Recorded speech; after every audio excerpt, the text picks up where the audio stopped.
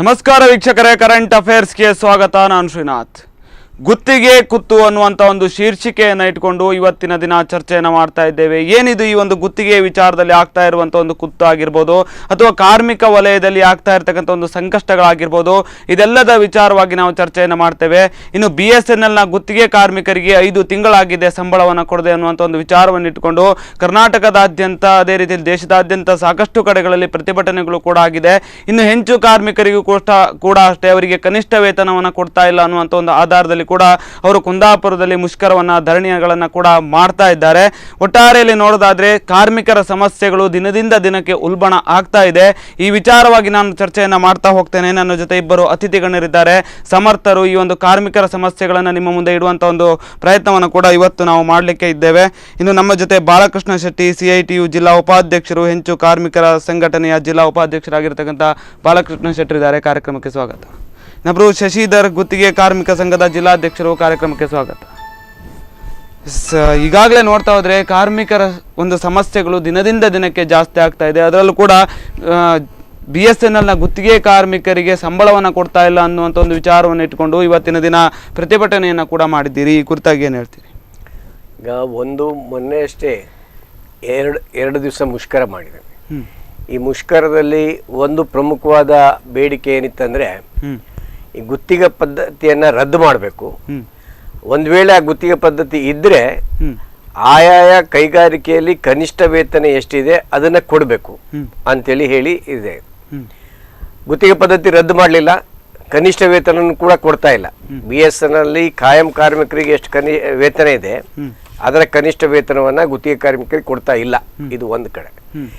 ಎರಡನೇದು, ಈಗ ವಿಶೇಷವಾಗಿ ಆಗ್ತಾ ಇರುವಂತದ್ದು, ಕಳೆದ 5 ತಿಂಗಳಿಂದ ಇಲ್ಲಿ ಪೇಮೆಂಟ್ ಯಾವುದು ಗುತ್ತಿಗೆ ಕಾರ್ಮಿಕರು ಸಿಗೋದೇ ಬಾರಿ ಕಡಿಮೆ ಸಂಬಳ. 10,000 ರೂಪಾಯಿ ಸಂಬಳ, ಅದರಲ್ಲಿ 1,000 ಬೇರೆ ಬೇರೆ ಇದಕ್ಕೆ ಕಟ್ಟಾಗುತ್ತೆ. 8,000 9,000 ರೂಪಾಯಿ ಅವ್ರಿಗೆ ಕೈಗೆ ಸಿಗುತ್ತೆ. ಅಷ್ಟು ಕಡಿಮೆ. ನಮ್ಮ CITU ಹೇಳ್ತದೆ ಏನಂದ್ರೆ 18,000 ಕನಿಷ್ಠ ವೇತನ ಕೊಡಬೇಕು ಅಂತ. ಬಜೆಟ್ ನಲ್ಲೂ ಕೂಡ ಈ ವಿಚಾರವಾಗಿ ಕೂಡ ಪ್ರಸ್ತಾಪ ಮಾಡಿದ್ದಾರೆ. ಅದಕ್ಕೆ ಜನರಿಗೆ ಬರ್ತಾ ಇಲ್ಲ, ಕಾರ್ಮಿಕರಿಗೆ ಅದು ಬರ್ತಾ ಇಲ್ಲ ಅನ್ನುವಂಥದ್ದು. ಸೊ ಅಂಥದ್ರಲ್ಲಿ BSNL ಇಲ್ಲಿ 5 ತಿಂಗಳಿಂದ ವೇತನ ಬಾಕಿ ಇಟ್ಕೊಂಡಿದ್ದಾರೆ ಅಂತ. ಈಗ ಯಾರಿಗೂ ವೇತನ ಬಾಕಿ ಇಟ್ಕೊಳ್ಳೋದು ಸರಿಯಲ್ಲ. ಆದ್ರೆ ದೊಡ್ಡ ವೇತನ 1,00,000 2 ಲಕ್ಷ ವೇತನ ಬಂದಾಗ ಅವ್ರೇನೋ ಒಂದ್ ಸ್ವಲ್ಪ ಸೇವ್ ಮಾಡ್ಕೊಳ್ತಾರೆ. ಒಂದ್ ವೇಳೆ ಬಾಕಿ ಇದ್ರೂ ಸಹ ಅವರಿಗೆ ತಡೆಯುವ ಶಕ್ತಿ ಇರ್ತದೆ. ಆದ್ರೆ ಈ ಗುತ್ತಿಗೆ ಕಾರ್ಮಿಕರಿಗೆ ಸಿಗೋದೇ ಬಾರಿ ಕಡಿಮೆ ಸಂಬಳ. ಅವರ ಊಟ ತಿಂಡಿ, ಆಮೇಲೆ ಮಕ್ಕಳಿಗೆ ಶಾಲೆ, ಮನೆ, ಇದಕ್ಕೆಲ್ಲ ಹೋದ್ರೆ ಮತ್ತೆ ಅವ್ರ ಕೈಯಲ್ಲಿ ಏನು ಉಳಿಯೋದಿಲ್ಲ.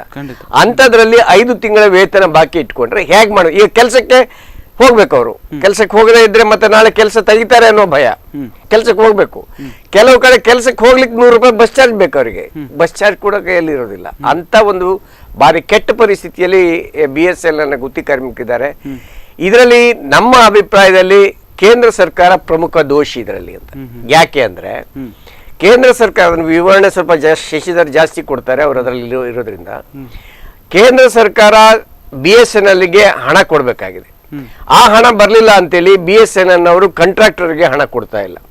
ನಾವು ಕಾಂಟ್ರಾಕ್ಟರ್ ಕೂಡ ಸಂಪರ್ಕ ಮಾಡಿದ್ವಿ. ಒಂದ್ಸರಿ ಫೋನಲ್ಲಿ ಮಾತಾಡಿದಾಗ ಅವ್ರು ಹೇಳ್ತಾರೆ, ನನಗೆ 3 ಕೋಟಿ ರೂಪಾಯಿ ಬರ್ಬೇಕು ಸರ್, ನಾನು ಎಲ್ಲಿಂದ ಹಣ ಕೊಡ್ಲಿ ಅಂದ್ರೆ BSNL ಅವರು ಅವರಿಗೆ 3 ಕೋಟಿ, ನಮ್ಮ ಇಲ್ಲಿನ 2 ಜಿಲ್ಲೆಗಳ ಕಾಂಟ್ರಾಕ್ಟರ್ಗೆ 3 ಕೋಟಿ ರೂಪಾಯಿ ಕೊಡ್ಬೇಕು. 3-3.5 ಕೋಟಿ ರೂಪಾಯಿಗೂ ಜಾಸ್ತಿ ಹಣ ಕೊಡ್ಬೇಕು. ಸೊ ನಾನು ಕೇಳಿದ್ 1 ತಿಂಗಳ ಹಿಂದೆ, ಅದೀಗ ಇನ್ನೂ ಜಾಸ್ತಿ ಆಗಿದೆ. ಸೊ ಅವ್ರಿಗೆ ಅದು ಕೊಡ್ಲಿಲ್ಲ. BSNLಗೆ ಕೇಂದ್ರ ಸರ್ಕಾರದವ್ರು ಕೊಡ್ತಾ ಇಲ್ಲ. ಸೊ ಇದಾರೆ ಒಟ್ಟಾರೆಯಾಗಿ ಪ್ರಮುಖ ದೋಷಿ ಇಲ್ಲಿ ಕೇಂದ್ರ ಸರ್ಕಾರ ಅಂತ ಹೇಳಿ ಹೇಳುವಂಥದ್ದು ನಮ್ಮ ಕಣ್ಣಿಗೆ ಬರ್ತಾ ಇದೆ. ಒಟ್ಟಾರೆಯಾಗಿ ನಮ್ಮ BSNL ಕಾರ್ಮಿಕರಿಗೆ ವೇತನ ಸಿಗ್ತಾ ಇಲ್ಲ, ಬಾರಿ ಕಷ್ಟದ ಪರಿಸ್ಥಿತಿಯಲ್ಲಿ ಇದ್ದಾರೆ. ಆದ್ರಿಂದ ಅವ್ರು ಪ್ರತಿಭಟನೆ ಮಾಡ್ತಾ ಇದ್ರು. ಇವತ್ತು CITU ವತಿಯಿಂದ ಅವ್ರಿಗೆ ಬೆಂಬಲವಾಗಿ ನಾವು ಪ್ರತಿಭಟನೆ ಮಾಡಿದ್ವಿ. ಈಗಾಗಲೇ ನೀವು ಕೂಡ ನಿವೃತ್ತ ಗುತ್ತಿಗೆ ಕಾರ್ಮಿಕರು, ಈ ವಿಚಾರವಾಗಿ ನೀವು ಸಾಕಷ್ಟು ಅನುಭವಗಳನ್ನು ಕೂಡ ಅನುಭವಿಸಿರ್ತೀರಿ. ಈಗಾಗಲೇ ಸಾಕಷ್ಟು ಸಮಸ್ಯೆಗಳು ನಿಮಗೂ ಕೂಡ ಆಗಿರುತ್ತೆ. ಇಷ್ಟೊಂದು ಸಂಬಳವನ್ನು 5 ತಿಂಗಳು 6 ತಿಂಗಳೆಲ್ಲ ಕೊಡದೇ ಇದ್ರೆ, 4 ತಿಂಗಳು ಕೊಡದೇ ಇದ್ರೆ ಸಮಸ್ಯೆಗಳಾಗಿರುತ್ತೆ. ಈ ಕುರಿತಾಗಿ ಏನು ಹೇಳ್ತೀರಿ? ಒಂದು ಪ್ರತಿಭಟನೆ ವಿಚಾರವಾಗಿ, ಒಂದು ಸಂಬಳ ಕೊಡದೇ ಇರುವಂಥ ಒಂದು ವಿಚಾರವಾಗಿ ಏನು ಹೇಳ್ತೀರಿ? ನಾವು ಸುಮಾರು ಫಸ್ಟ್ ತಿಂಗಳಲ್ಲಿಯೇ ಸಂಬಳ ಬರಲಿಲ್ಲ ಅನ್ನುವುದಕ್ಕೆ ಒಂದು ಪ್ರತಿಭಟನೆಯಾಗಿ ಮಾಡಿದ್ದೇವೆ. ಆಗ ಸ್ವಲ್ಪ ಹಣ ಹಾಕಿದ್ರು, ಒಂದು 2,000 ರೂಪಾಯಿಯನ್ನ ಹಾಕಿದ್ರು. ಆದರೆ ನಮ್ಮ ಇಡೀ ದೇಶದಾದ್ಯಂತ ಮಾಡಿದಂಥ ಒಂದು ಪ್ರತಿಭಟನೆ, ನಮ್ಮ ಕರ್ನಾಟಕ ರಾಜ್ಯದಲ್ಲಿ ಮಾಡಿದಂಥ ಗುತ್ತಿಗೆ ಕಾರ್ಮಿಕರ ಪ್ರತಿಭಟನೆ ಹಾಗೂ BSNL ಎಂಪ್ಲಾಯೀಸ್ ಯೂನಿಯನ್ ಅದಕ್ಕೆ ಬೆಂಬಲವಾಗಿ ಮಾಡಿದಂಥ ಪ್ರತಿಭಟನೆಯಿಂದ ಸುಮಾರು 3 ಕೋಟಿ ರೂಪೀಸ್ ನಮ್ಮ ಕರ್ನಾಟಕ ಸರ್ಕಲಿಗೆ ಬಂದರೆ, ಕರ್ನಾಟಕದ ಒಂದು ಸ್ಟೇಟ್ನಲ್ಲಿರುವಂಥ ಒಂದು ಸರ್ಕಲಿಗೆ ಬಂದರೆ ಅದರಲ್ಲಿ ನಮಗೆ ಒಂದು 30 ಲಕ್ಷ ರೂಪಾಯಿ ಬಂದಿದೆ. ಆ 30 ಲಕ್ಷ ಬಂದಿದ್ರಲ್ಲಿ ಏನಾಯ್ತು ಅಂದರೆ 3 ಇಂದ 4 ತಿಂಗಳವರೆಗೆ ಅವರಿಗೆ GST ಕಟ್ಟಲಿಲ್ಲ ಕಾಂಟ್ರಾಕ್ಟರ್. ಅವನಿಗೆ ಅವನ ಏನು ಕಾಂಟ್ರಾಕ್ಟರ್ನ ಆಫೀಸನ್ನು GST ಅವರು ಬಂದು ಅಟ್ಯಾಕ್ ಮಾಡ್ಲಿಕ್ಕೆ ಶುರು ಮಾಡಿದರು. ಅದಕ್ಕೆ ಅವನೇನು ಮಾಡಿದ್ದಾನೆ, ಬಂದ ಫಸ್ಟ್ ಏನು ಒಂದು ಇನ್ಸ್ಟಾಲ್ಮೆಂಟ್ ಬಂದದ್ದನ್ನು ಪೂರ್ತಿ GSTಗೆ ತಗೊಂಡಿದ್ದಾನೆ. ಆದರೂ ನಾವು ಹೇಳಿದೆವು, ನೋಡಿಯಪ್ಪ GST ನೀವು ತಗೊಳ್ಳೋದು ಸರಿ, ಆದರೆ ನಮಗೆ ಇರುವಂಥದ್ದು ಇಲ್ಲಿ ಹೊಟ್ಟೆಪಾಡು. ಆ ಹೊಟ್ಟೆಪಾಡಿಗೆ ನೀವು ಕೊಡಬೇಕು, ನೀವು ಅವರಿಗೆ ಏನಾದರೂ ಒಂದು ರಿಕ್ವೆಸ್ಟ್ ಮಾಡಿ ಅನ್ನುವಂಥದ್ದನ್ನು ಹೇಳಿದೆವು. ಅದನ್ನು ನಮ್ಮ ಪ್ರಿನ್ಸಿಪಲ್ ಎಂಪ್ಲಾಯರಿಗೆ ಕೂಡ ಹೇಳಿದೆವು, ನೀವು ಅವರಿಗೆ ರಿಕ್ವೆಸ್ಟ್ ಮಾಡಿ ನಮ್ಗೆ ಇವರಿಗೆ ಪೇಮೆಂಟ್ ಕೊಡಿಸಿ ಅಂತ. ಆ ಪ್ರಿನ್ಸಿಪಲ್ ಎಂಪ್ಲಾಯರ್ಸು ಅದು ನನಗೇನಿಲ್ಲ, ಅವನಿಗೆ GST ಕಟ್ಟಲಿಲ್ಲ, ನಾನು ಇನ್ನೇನು ಮಾಡೋದು ಅನ್ನುವಂಥದ್ದು. ನಾನು ಆದಷ್ಟು ನನ್ನಿಂದ ಎಷ್ಟು ಸಾಧ್ಯ ಇದೆ ಅಷ್ಟು ಟ್ರೈ ಮಾಡ್ತೇನೆ ಅಂದರು. ಆಮೇಲೆ ನಾವು CGMಗೆ ಕೂಡ ಒಂದ್ಸರಿ ಒಂದು ಮೀಟ್ ಆಗಿದ್ದೆವು. CGMಗೆ ನಮ್ಮ ಸರ್ಕಲಿಂದ CGM ಮೀಟ್ ಆದಾಗ ಇಲ್ಲ ನಾನು ಟ್ರೈ ಮಾಡ್ತೇನೆ ಅಂದರು. ಎಲ್ಲಿ ಕೂಡ ಟ್ರೈ ಮಾಡಿದಾಗ ಸ್ವಲ್ಪ ಹಣ ಬರ್ತದೆ. ಅದೇ ಈಗ ನಾವು 2-3 ತಿಂಗಳಲ್ಲಿ ಮೊನ್ನೆ ಒಂದು 33 ಲಕ್ಷ ರೂಪಾಯಿ ಬಂತು. ಆ GSTಯನ್ನು ಕಳೆದು ಬಿಟ್ಟು ಇವರ ESAಗಳನ್ನ ಮತ್ತೆ PF ಗಳನ್ನ ಹಾಕಿ 2,000 ರೂಪಾಯಿ ಹಾಕಿದ್ದಾರೆ. ಇದೇ ರೀತಿ ಹೋದ್ರೆ ನಮ್ಗೆ ಏನು ಅವರಿಗೆ ಏನು ಕೆಲಸ ಮಾಡಬೇಕು ಅನ್ನುವಂಥದ್ದು ವಿಚಾರ. ಈಗ ಏನ್ ಹೇಳ್ತಾರೆ ಅಂತ ಹೇಳಿದ್ರೆ, ನಾವು BSNL ನಲ್ಲಿ ಈ ಗುತ್ತಿಗೆ ಕಾರ್ಮಿಕರೇ ಜಾಸ್ತಿ ಇದ್ದಾರೆ. ಅದು ನಮ್ಮ ಮಂಗಳೂರು ಜಿಲ್ಲೆಯಲ್ಲಿ, ಮಂಗಳೂರು ಅಂದ್ರೆ ದಕ್ಷಿಣ ಕನ್ನಡ ಮತ್ತೆ ಉಡುಪಿ ಒಟ್ಟಿಗೆ ಸೇರಿ 2 ಜಿಲ್ಲೆಯಲ್ಲಿ ಅದನ್ನು ಕಡಿಮೆ ಮಾಡಬೇಕು ಅನ್ನುವಂಥದ್ದನ್ನು. ಇದರಲ್ಲಿ ನನಗೆ ಎಣಿಸ್ತದೆ ಏನಂದ್ರೆ, ನಮ್ಮ HR ಪಾಲಿಸಿ ಏನಿದೆ, ಒಂದು ಸಂಸ್ಥೆಯಲ್ಲಿ ಎಷ್ಟು HR ಪಾಲಿಸಿ ಇದೆ, ಆ HR ಪಾಲಿಸಿಯಿಂದ ಆದಂತ ಕೆಲವೊಂದು ಮಿಸ್ಟೇಕ್ ಅನ್ನುವಂಥದ್ದನ್ನು ನಾವು ಇವತ್ತು ನೇರವಾಗಿ ಅವರಿಗೆ ಹೇಳ್ಬೋದು. ಯಾಕಂದ್ರೆ ನಾನು ಕೂಡ ಒಬ್ಬ BSNL ನ ಒಬ್ಬ ಕಾಯಂ ನೌಕರನಾಗಿ ಅದರ ಒಳ ಹೊರಗಿನ ಎಲ್ಲಾ ಅನುಭವವನ್ನು ನಾನು ಹೊಂದ್ಕೊಂಡಿದ್ದೇನೆ. ಅಂದ್ರೆ ಅಕ್ಟೋಬರ್ ವರೆಗೆ ಯಾವುದೋ ಒಂದು ರೀತಿಯಿಂದ ನಾವು ಅದನ್ನ ಏನೋ ಇದು ಮಾಡ್ಕೊಂಡು ಸಂಬಳವನ್ನು ಅವರಿಗೆ ಹಾಕಿಸ್ತಾ ಇದ್ದೇವೆ. ಅದರ ನಂತರ ನಮಗೆ ಅದು ಏನು ಮಾಡ್ಲಿಕ್ಕೆ ಏನಾಯ್ತು ಅನ್ನುವಂಥದ್ದು ಗೊತ್ತಿಲ್ಲ. ಇನ್ನೂ ಒಂದೇನಂದ್ರೆ, ಎಲ್ರದ್ದು ಈಗ ನಮ್ಮಲ್ಲಿ ಇನ್ನೊಂದು ದೊಡ್ಡ ದುರಂತ ಏನಂದ್ರೆ, ನಮ್ಮಲ್ಲಿ ಫಾಲ್ಟ್ ಬರ್ತದೆ. ಫಾಲ್ಟ್ ಬಂದಾಗ ಒಂದು 20 ಫಾಲ್ಟ್ ಬರ್ತದೆ ಒಂದು ದಿವಸಕ್ಕೆ. ಆದ್ರೆ ಈ ನಮ್ಮ ಫಾಲ್ಟ್ ರಿಪೇರ್ ಸರ್ವಿಸ್ ನಲ್ಲಿ ಒಂದು 5 ಫಾಲ್ಟ್ ಮಾತ್ರ ತೋರಿಸೋದು ಅಥವಾ 10 ಫಾಲ್ಟ್ ತೋರಿಸೋದು, ಉಳಿದ 10 ಫಾಲ್ಟ್ ಇಲ್ಲ. ಅವರಿಗೆ ಒಂದು 2 ವಾರದ ಮೇಲೆ ಅವರಿಗೆ ಫೋನ್ ರಿಪೇರಿ ಮಾಡೋದು. ಅಲ್ಲಿವರೆಗೆ ಏನಾಗಬೇಕು, ಅವರಿಗೆ ರೆಂಟ್ ರಿಪೀಟ್ ಕೊಡಬೇಕಾಗ್ತದೆ. ಆ ರೆಂಟ್ ರಿಪೀಟ್ ಕೊಡೋದ್ರಿಂದ ನಮಗೆ ಮತ್ತೆ ಲಾಸ್ ಆಗ್ತದೆ ಅದು. ಹಾಗಾಗಿ ಅದನ್ನ ಎಷ್ಟು ಫಾಲ್ಟ್ ಬಂದಿದೆ ಅಷ್ಟನ್ನು ಹಾಕಿ ಇಮಿಡಿಯೇಟ್ ಅದನ್ನ ತಕ್ಷಣವೇ ಅದನ್ನ ಏನಾದ್ರೂ ರಿಪೇರಿ ಮಾಡಿ ಕೊಟ್ರೆ ಅವರಿಂದ ನಮಗೆ ರೆವಿನ್ಯೂ ಬರ್ತದೆ. ಈಗ ಇನ್ನೊಂದು ಏನ್ ಮಾಡಿದೆ ಅಂತ ಹೇಳಿದ್ರೆ, ಸರ್ಕಾರ ಏನು ನಿಮಗೆ ಕಲೆಕ್ಷನ್ ಆಗ್ತದೆ ಅದನ್ನೆಲ್ಲವನ್ನು ಕೂಡ ಸರ್ಕಾರ ತಗೊಳ್ತದೆ. ಇಲ್ಲಿ ಯಾರಿಗೂ ಅದನ್ನ ಏನ್ ಮಾಡ್ಲಿಕ್ಕಿಲ್ಲ. ಅವ್ರು ಮತ್ತೆ ಎಷ್ಟು ಹಣ ಬೇಕು ಅನ್ನುವಂಥದ್ದನ್ನು ಕ್ಯಾಲ್ಕುಲೇಷನ್ ಹಾಕಿ ಇಷ್ಟಕ್ಕೆ ಬಿಡುಗಡೆ ಮಾಡ್ತಾರೆ. ಇದು ಎಲ್ಲಿವರೆಗೆ ಬಂದಿದೆ ಅಂತ ಹೇಳಿದ್ರೆ, ನಮ್ಮ ಕಾಯಂ ನೌಕರರಿಗೆ ಕೂಡ ಟೇಕ್ ಹೋಮ್ ಪೇ ಅಂದ್ರೆ ಅವನ ಸೊಸೈಟಿ, ಅವನ LIC, ಅವನದ್ದು ಬ್ಯಾಂಕ್ ಲೋನು, ಅವನದ್ದು ಹೌಸ್ ಬಿಲ್ಡಿಂಗ್ ಲೋನು, ಇದು ಯಾವುದನ್ನು ಕೂಡ ಕ್ಲಪ್ತ ಸಮಯದಲ್ಲಿ ಹಾಕ್ತಾ ಇಲ್ಲ. ಯಾಕಂದ್ರೆ ನಾಳೆ 28ನೇ ತಾರೀಕು ಅಂದ್ರೆ 28ನೇ ತಾರೀಕಿಗೆ ಟೇಕ್ ಹೋಮ್ ಪೇ ಮಾತ್ರ ಕೊಡ್ತಾರೆ. ಈವನ್ ಎಲ್ಲಿವರೆಗೆ ಹಾಕ್ತಾ ಇಲ್ಲ ಅಂದ್ರೆ, ನಮ್ಮ PF ಅಂದ್ರೆ GPF ಗೌರ್ಮೆಂಟ್ಗೆ ಕೊಡಬೇಕು, ಅದನ್ನು ಕೂಡ ಅವ್ರು ಹಾಕ್ತಾ ಇಲ್ಲ. ಇದೇನಾದ್ರೆ, ನಮ್ಮಲ್ಲಿ ಕಾಯಂ ನೌಕರರಲ್ಲಿ ಪ್ರತಿ ತಿಂಗಳು ಸಾಧಾರಣ 10 ರಿಂದ 15 ಸಾವಿರ ಜನ ರಿಟೈರ್ಡ್ ಆಗ್ತಾರೆ ಇಡೀ ದೇಶದಾದ್ಯಂತ. ಆ ರಿಟೈರ್ಡ್ ಆಗುವದನ್ನು ಮಾತ್ರ ಹಾಕ್ತಾ ಬರ್ತಾ ಇದ್ದಾರೆ. ಇದು ಕೂಡ ಒಂದ್ ದಿವಸ ನಮಗೆ ತೊಂದರೆ ಬರ್ತದೆ. ಇದೆಲ್ಲವನ್ನು ಮನಗೊಂಡು ನಾವು ಎಗೈನ್ ಅಂದ್ರೆ ನಾವು ಪುನಃ ರಿಪೀಟ್ ಆಗಿ ಸರ್ಕಾರವನ್ನ ಒತ್ತಾಯಿಸಿದೆವು, ನೀವು ನಮಗೆ ಇದು ಕೊಡಿ ಅಂತ, 4G ಸ್ಪೆಕ್ಟ್ರಮ್ ಕೊಡಿ ಅಂದು. 4G ಸ್ಪೆಕ್ಟ್ರಮ್ ಕೊಡ್ಲಿಕ್ಕೋಸ್ಕರ ನಾವು 2 ದಿವಸ ಮುಷ್ಕರ ಮಾಡಿದೆವು. ಆದ್ರೆ ನಮ್ಮಲ್ಲಿ ಒಂದು ಅಗ್ರಿಮೆಂಟ್ ಮಾಡ್ಕೊಂಡ್ರು ಎಲ್ಲಾ ಯೂನಿಯನ್ಸ್ಗಳು, ಆಫೀಸರ್ಸು ಮತ್ತೆ ನಮ್ಮ ನಾನ್ ಎಕ್ಸಿಕ್ಯೂಟಿವ್ಸ್ ಒಂದು ಒಪ್ಪಂದ ಮಾಡ್ಕೊಂಡು ಮಿನಿಸ್ಟ್ರು, ಇಲ್ಲ ನಿಮ್ಗೆ 4G ಸ್ಪೆಕ್ಟ್ರಮ್ ಕೊಡ್ತೇನೆ, ನಿಮ್ಗೆ ಪೇ ರೀಸ್ಟ್ರಕ್ಚರಿಂಗ್ ಮಾಡ್ತೇನೆ ಅನ್ನುವಂತ ಒಂದು ಆಶ್ವಾಸನೆ ಕೊಟ್ರು. ಆದ್ರೆ ಅದು ಆಶ್ವಾಸನೆ ಆಗಿ ಮಾತ್ರ ಉಳಿಯಿತು. ಆವಾಗ ನಾವು ಸ್ಟ್ರೈಕ್ ಅನ್ನ ಅಲ್ಲಿಗೆ ಡೆಫರ್ ಮಾಡಿದೆವು. ಪುನಃ ಈಗ ಮೊನ್ನೆ 3 ದಿವಸದ ಮುಷ್ಕರ ಪುನಃ ಕೊಟ್ಟೆವು. ಆ ಮುಷ್ಕರ ಕೊಟ್ಟಾಗ ಏನೋ ಒಂದು ರೀತಿಯಲ್ಲಿ ಕರೆದ್ರು, ಅದಕ್ಕೆ ನಮಗೆ ಅಷ್ಟು ಪರಿಹಾರದ ರೀತಿಯಲ್ಲಿ ಯಾವುದೇ ಉತ್ತರ ನಮಗಿನ್ನು ಬಂದಿಲ್ಲ. ಅದು ಬರಬೇಕು. ಅದರ ಮಧ್ಯದಲ್ಲಿ ಸರ್ಕಾರ ಏನ್ ಮಾಡಿದೆ ಅಂದ್ರೆ, ನಮ್ಮ DOTಗೆ ಡಿಪಾರ್ಟ್ಮೆಂಟ್ ಆಫ್ ಟೆಲಿಕಾಂ ಅನ್ನುವಂಥದ್ದು ನಮ್ಗೆ ಅದರ ಮೇನ್, ಅಲ್ಲಿ ಅವರೊಂದು ರಿಪೋರ್ಟ್ ಮಾಡಿ ಇದು ಮಾಡಿಕೊಂಡ್ರು BSNL ಅನ್ನೊಂದು ಪುನಶ್ಚೇತನಗೊಳಿಸುವುದು ಹೇಗೆ, ಇದು ಈ ರೀತಿ ಬರ್ಲಿಕ್ಕೆ ಏನ್ ಕಾರಣ ಅನ್ನುವಂತ ವಿಚಾರದಲ್ಲಿ ಅವರೊಂದು ವಿಚಾರ ಕೇಳಿದಾಗ ಏಕಾಏಕಿಯಾಗಿ ನಮ್ಮ DOT ಸೆಕ್ರೆಟರಿ ಅವರು ಸಿಟ್ಟಿನಲ್ಲಿ ಮಾಡಿದ್ರೋ ಅಥವಾ ಅದಕ್ಕೆ ಬೇರೆ ಏನು ಹಿನ್ನೆಲೆ ಇದೆಯೋ ಅದು ಗೊತ್ತಿಲ್ಲ, ಏಕಾಏಕಿಯಾಗಿ ಪೇಪರ್ನಲ್ಲಿ BSNL ಕ್ಲೋಸ್ ಮಾಡುವುದು ಒಳ್ಳೆಯದು ಅನ್ನುವಂತ ರೀತಿಯಲ್ಲಿ ಕೊಟ್ಟರು. ಇದು ಏನಾಯ್ತು ಅಂತ ಹೇಳಿದ್ರೆ ಎರಡನೇ ಬೆಳಿಗ್ಗೆ ಪೇಪರ್ನಲ್ಲಿ ಬಂದಿದೆ, ಮೊದಲನೇ ದಿವಸ ಇಂಗ್ಲಿಷ್ ಪೇಪರ್ನಲ್ಲಿ ಬಂದಿದೆ, ಅದು ನಮ್ಮ ಇಲ್ಲಿ ಲೋಕಲ್ ಜನರಿಗೆ ಯಾರಿಗೂ ಗೊತ್ತಾಗಿಲ್ಲ. ಎರಡನೇ ದಿವಸ ಬಂದದ್ದು ನಮ್ಮ ಉದಯವಾಣಿ ಮತ್ತೆ ಈ ಲೋಕಲ್ ಪೇಪರ್ನಲ್ಲಿ ಬಂದಾಗ ಎಲ್ಲರೂ ನಮ್ಗೆ ಫೋನ್ ಮಾಡ್ಲಿಕ್ಕೆ ಶುರು ಮಾಡಿದ್ರು, ಇದು ಏನು ಅಂತ. ನಾನೊಬ್ಬ ನಿವೃತ್ತನಾದ್ರೂ ಕೂಡ ನಾನು ಅದಕ್ಕೆ ಉತ್ತರ ಹೇಳಬೇಕಾಗಿ ಬಂತು, ಇಲ್ಲ ಇದು ಸುಳ್ಳು ನ್ಯೂಸ್, ಇದು ಏನೋ ಇದರಲ್ಲಿ ಬಂದಿದೆ ಅನ್ನುವಂತ. ಆಮೇಲೆ ನಾವು ಅದಕ್ಕೆ ಪ್ರೊಟೆಸ್ಟ್ ಮಾಡಿದೆವು, CGMಗೆ ಪ್ರೊಟೆಸ್ಟ್ ಮಾಡಿದೆವು, ಅಲ್ಲಿ ಇದು ನಮ್ಮ CMDಗೆ ಪ್ರೊಟೆಸ್ಟ್ ಮಾಡಿದೆವು. ಅಲ್ಲಿ ಹೋಗಿ ಹೇಳಿದಾಗ ಅವರು ಇಲ್ಲ, ಆ ರೀತಿಯ ಒಂದು ಯಾವುದೇ ವಿಚಾರಗಳೇ ನಮ್ಮಲ್ಲಿ ಇಲ್ಲ, ಇದು ಸುಳ್ಳು ನ್ಯೂಸು ಅನ್ನುವಂಥದ್ದನ್ನ ಅವರು ಇದಕ್ಕೆ ಹೇಳಿದ್ದಾರೆ.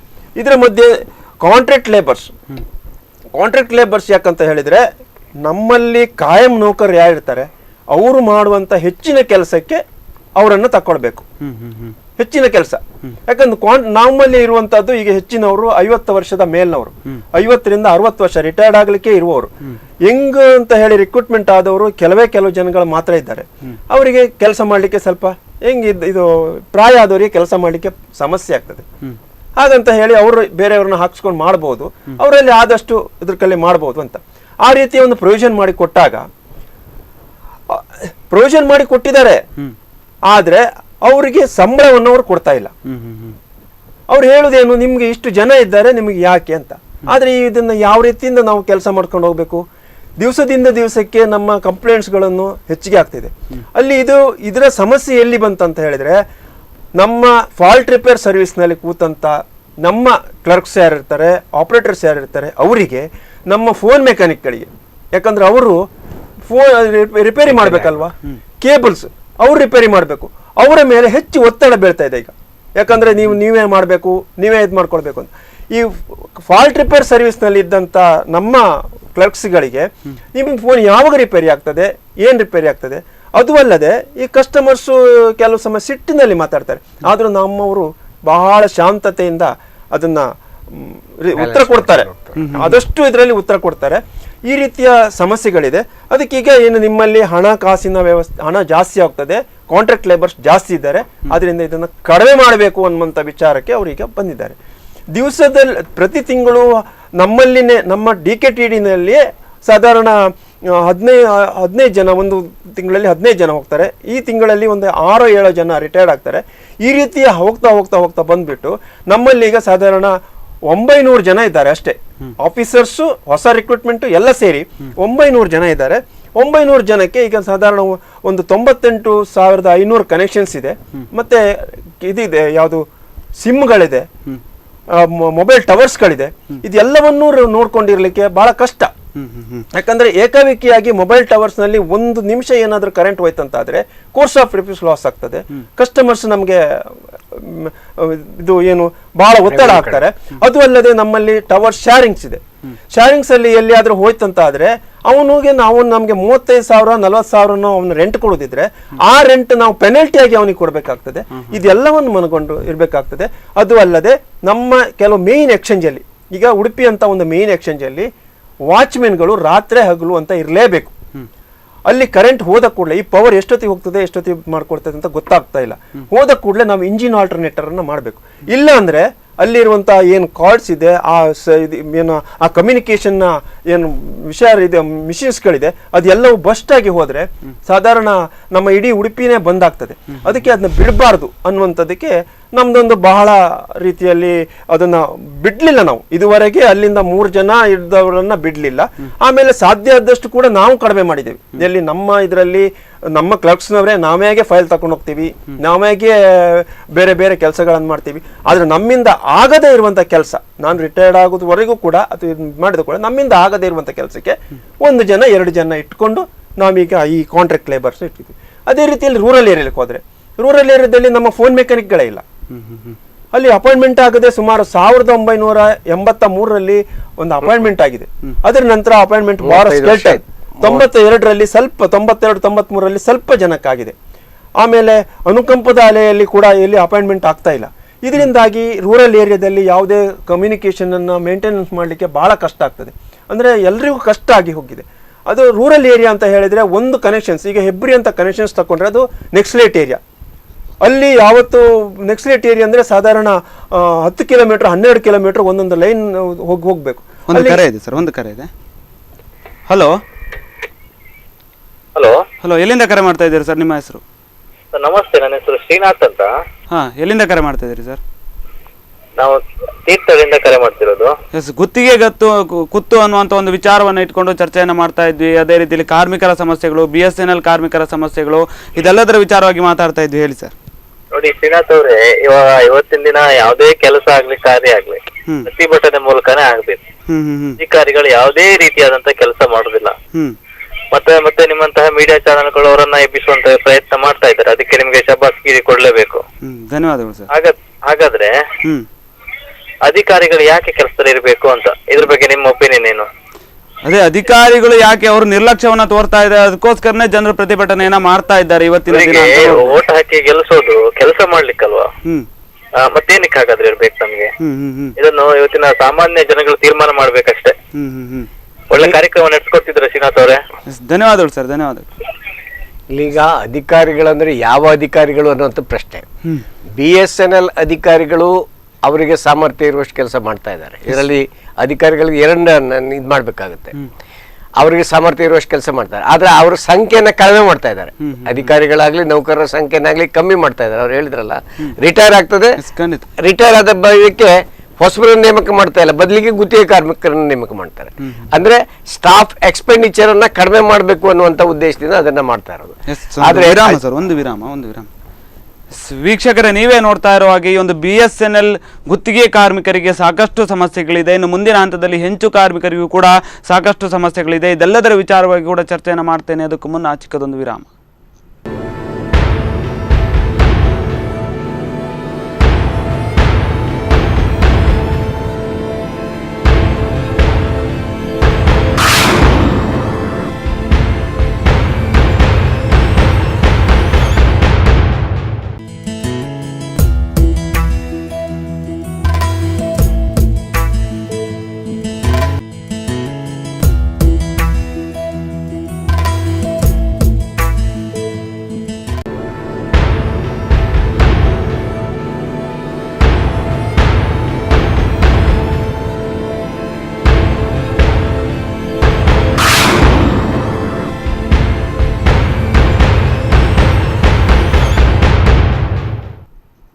ವಿರಾಮದ ನಂತರ ಕರೆಂಟ್ ಅಫೇರ್ಸ್ಗೆ ಮತ್ತೆ ಸ್ವಾಗತ. ಮಾತಾಡ್ತಾ ಇದ್ವಿ BSNL ಕಾರ್ಮಿಕರಿಗೆ, ಗುತ್ತಿಗೆ ಕಾರ್ಮಿಕರಿಗೆ ಇರುವಂಥ ಒಂದು ಸಂಕಷ್ಟಗಳು, ಅದೇ ರೀತಿಯಲ್ಲಿ BSNL ಸಂಸ್ಥೆ ಮುಂದಿನ ದಿನಗಳಲ್ಲಿ ಯಾವ ರೀತಿ ಕಾರ್ಯಪ್ರವೃತ್ತರಾಗಬೇಕು ಎಂದು ಗುತ್ತಿಗೆ ಕಾರ್ಮಿಕರ ಒಂದು ಏಳಿಗೆಗಾಗಿ ಅನ್ನುವಂಥ ಒಂದು ವಿಚಾರಗಳನ್ನು ಕೂಡ ಮಾತಾಡ್ತಾ ಹೋಗ್ತೇನೆ.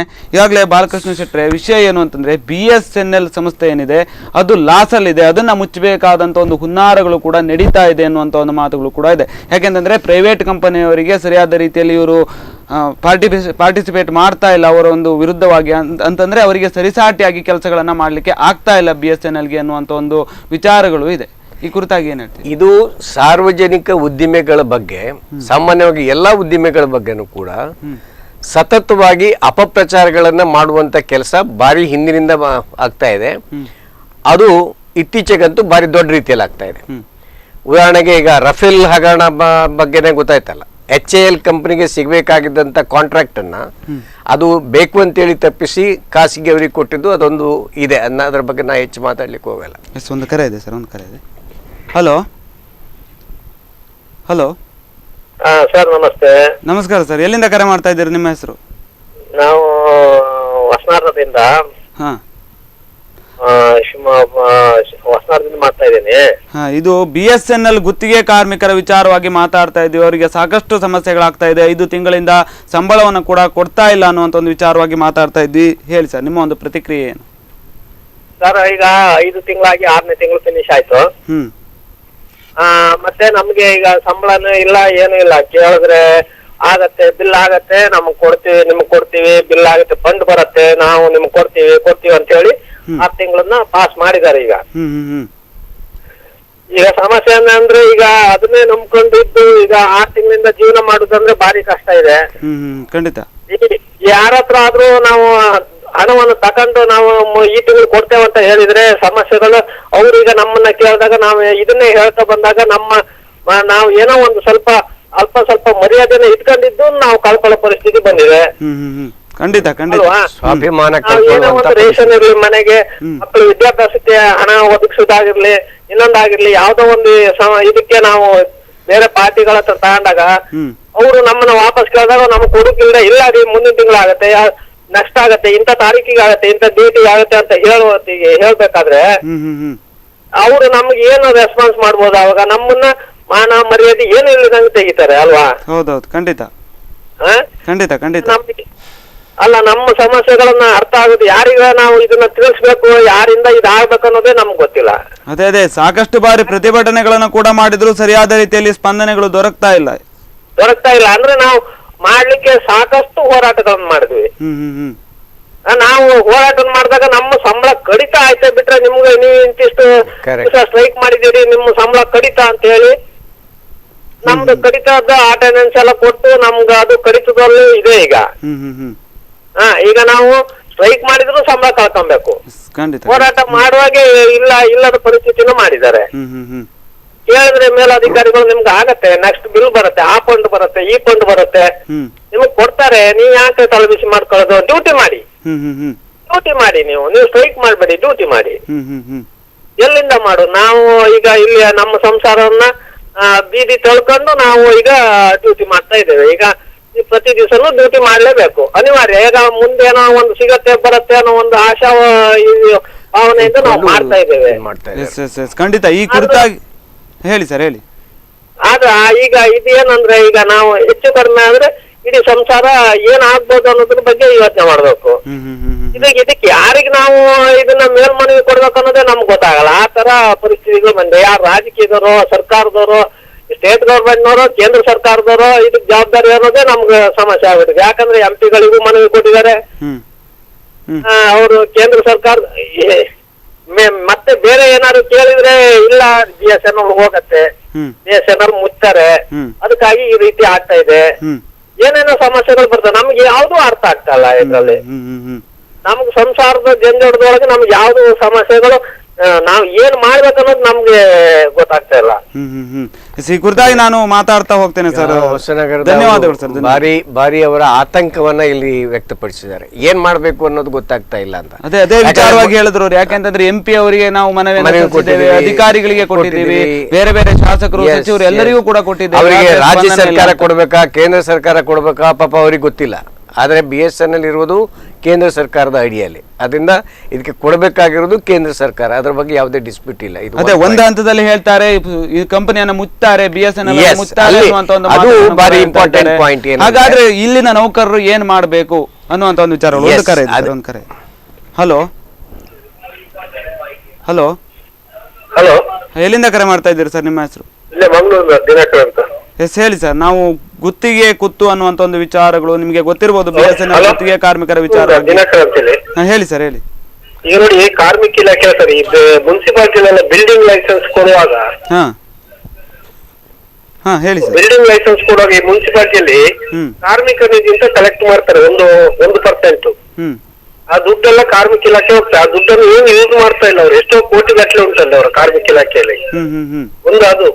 ಮತ್ತೆ ನೋಡಿ, ಗುತ್ತಿಗೆ ಡಿಪಾರ್ಟ್ಮೆಂಟ್ ಅಲ್ಲಿ ಗುತ್ತಿಗೆ ಕಂಟ್ರಾಕ್ಟ್ ತಗೊಳ್ತಾರಲ್ಲ, ಅವ್ರು 16,000 ಟೆಂಡರ್ ಹಾಕ್ತಾರೆ. ಅಲ್ಲಿ ಅವರಿಗೆ ವರ್ಕರ್ಸ್ಗೆ ಕೊಡುದು ಬರೀ 8,000 ಕೊಡ್ತಾರೆ ಅವರು. ಖಂಡಿತ ಖಂಡಿತ. ಈ ಸಾಕಷ್ಟು ಸಮಸ್ಯೆಗಳಿದೆ ಸರ್, ಇದೇ ವಿಚಾರವಾಗಿ ಮಾತಾಡ್ತಾ ಹೋದ್ರೆ. ಧನ್ಯವಾದಗಳು ಸರ್. ಕೊಟ್ಟು ಅವ್ರನ್ನ ಇದು ಮಾಡ್ತಾರೆ, ಲೇಬರ್ ಅನ್ನು ಯೂಸ್ ಮಾಡ್ಕೊಳ್ತಾರೆ ಅಷ್ಟೇ. ದಿನಕರ್ ಹೇಳಿರುವಂತದ್ದು ಬಾರಿ ಇಂಪಾರ್ಟೆಂಟ್ ಪಾಯಿಂಟ್. ಏನಂದ್ರೆ ನಾವು ಅದಕ್ಕೆ ಕಾಂಟ್ರಾಕ್ಟ್ ಪದ್ಧತಿಯನ್ನ ರದ್ದು ಮಾಡ್ಬೇಕು ಅಂತ ಹೇಳೋದು. ಕಾಂಟ್ರಾಕ್ಟರ್ಗೆ 16,000 ಕೊಡ್ತಾರೆ, ಇವ್ರಿಗೆ ಬರೀ 8,000. ಒಬ್ಬ ಎಂಪ್ಲಾಯ್ ಮೇಲೆ ಸಾಧಾರಣ 8,000 ರೂಪಾಯಿ ಅವ್ರು ಉಳಿಸ್ಕೊಳ್ತಾರೆ ಅಂತೇಳಿ ಹೇಳಿದ್ರೆ, ಕೆಲವು ಕಾಂಟ್ರಾಕ್ಟರ್ಗೆ ಲಾಭ ಮಾಡಿ ಹಲವು ಜನ ಗುತ್ತಿಗೆ ಕಾರ್ಮಿಕರಿಗೆ ಅವರಿಗೆ ಸಂಕಷ್ಟಕ್ಕೆ ತಳ್ಳುವಂತ ವ್ಯವಸ್ಥೆ ಈ ಉದಾರೀಕರಣ ನೀತಿ ಭಾಗವಾಗಿ ಸುಮಾರು ವರ್ಷದಿಂದ ಬಂದಿದೆ. ಇನ್ನು ನೀವು ಪ್ರಮುಖವಾಗಿ ನಾನು ಕೇಳ್ತಾ ಇದ್ದು BSNL ಮುಚ್ಚೋ ವಿಷಯದಲ್ಲಿ ಇದು ಮಾಡುವಂತದ್ದು. ಈಗ ಕೆಲವು ವರ್ಷಗಳ ಹಿಂದೆ HMT ಬಗ್ಗೆ ತಮ್ಮ ಗಮನ ಸೆಳೆಯಲಿಕ್ಕೆ ಬಯಸ್ತೇನೆ. ಆಕ್ಚುಲಿ ಭಾರತದ HMT ವಾಚ್ಗಳು ಭಾರಿ ಪ್ರಸಿದ್ಧಿ ಪಡೆದಿದ್ದವು ಮತ್ತೆ ವಿದೇಶಗಳಿಗೂ ರಫ್ತಾಗ್ತಾ ಇತ್ತು. ಆದ್ರೆ ಅಂತ HMT ವಾಚ್ ನ ಉತ್ಪಾದನೆ ಜಾಸ್ತಿ ಮಾಡೋದ್ರ ಬದಲಿಗೆ ಬೇಕು ಅಂತೇಳಿ ಉತ್ಪಾದನೆ ಕಡಿಮೆ ಮಾಡಿದ್ರು. ಯಾಕೆಂದ್ರೆ ಇನ್ನೊಂದು ಟೈಟಾನ್ ವಾಚ್ ಮೇಲೆ ಬರ್ತಾ ಇತ್ತು, ಖಾಸಗಿ ಕಂಪನಿಗಳ ವಾಚ್. ಇವತ್ತು BSNL ಪರಿಸ್ಥಿತಿ ಹಾಗೆ ಇದೆ ಅನ್ನುವಂಥದ್ದು ನಮ್ಮ ಅಭಿಪ್ರಾಯ.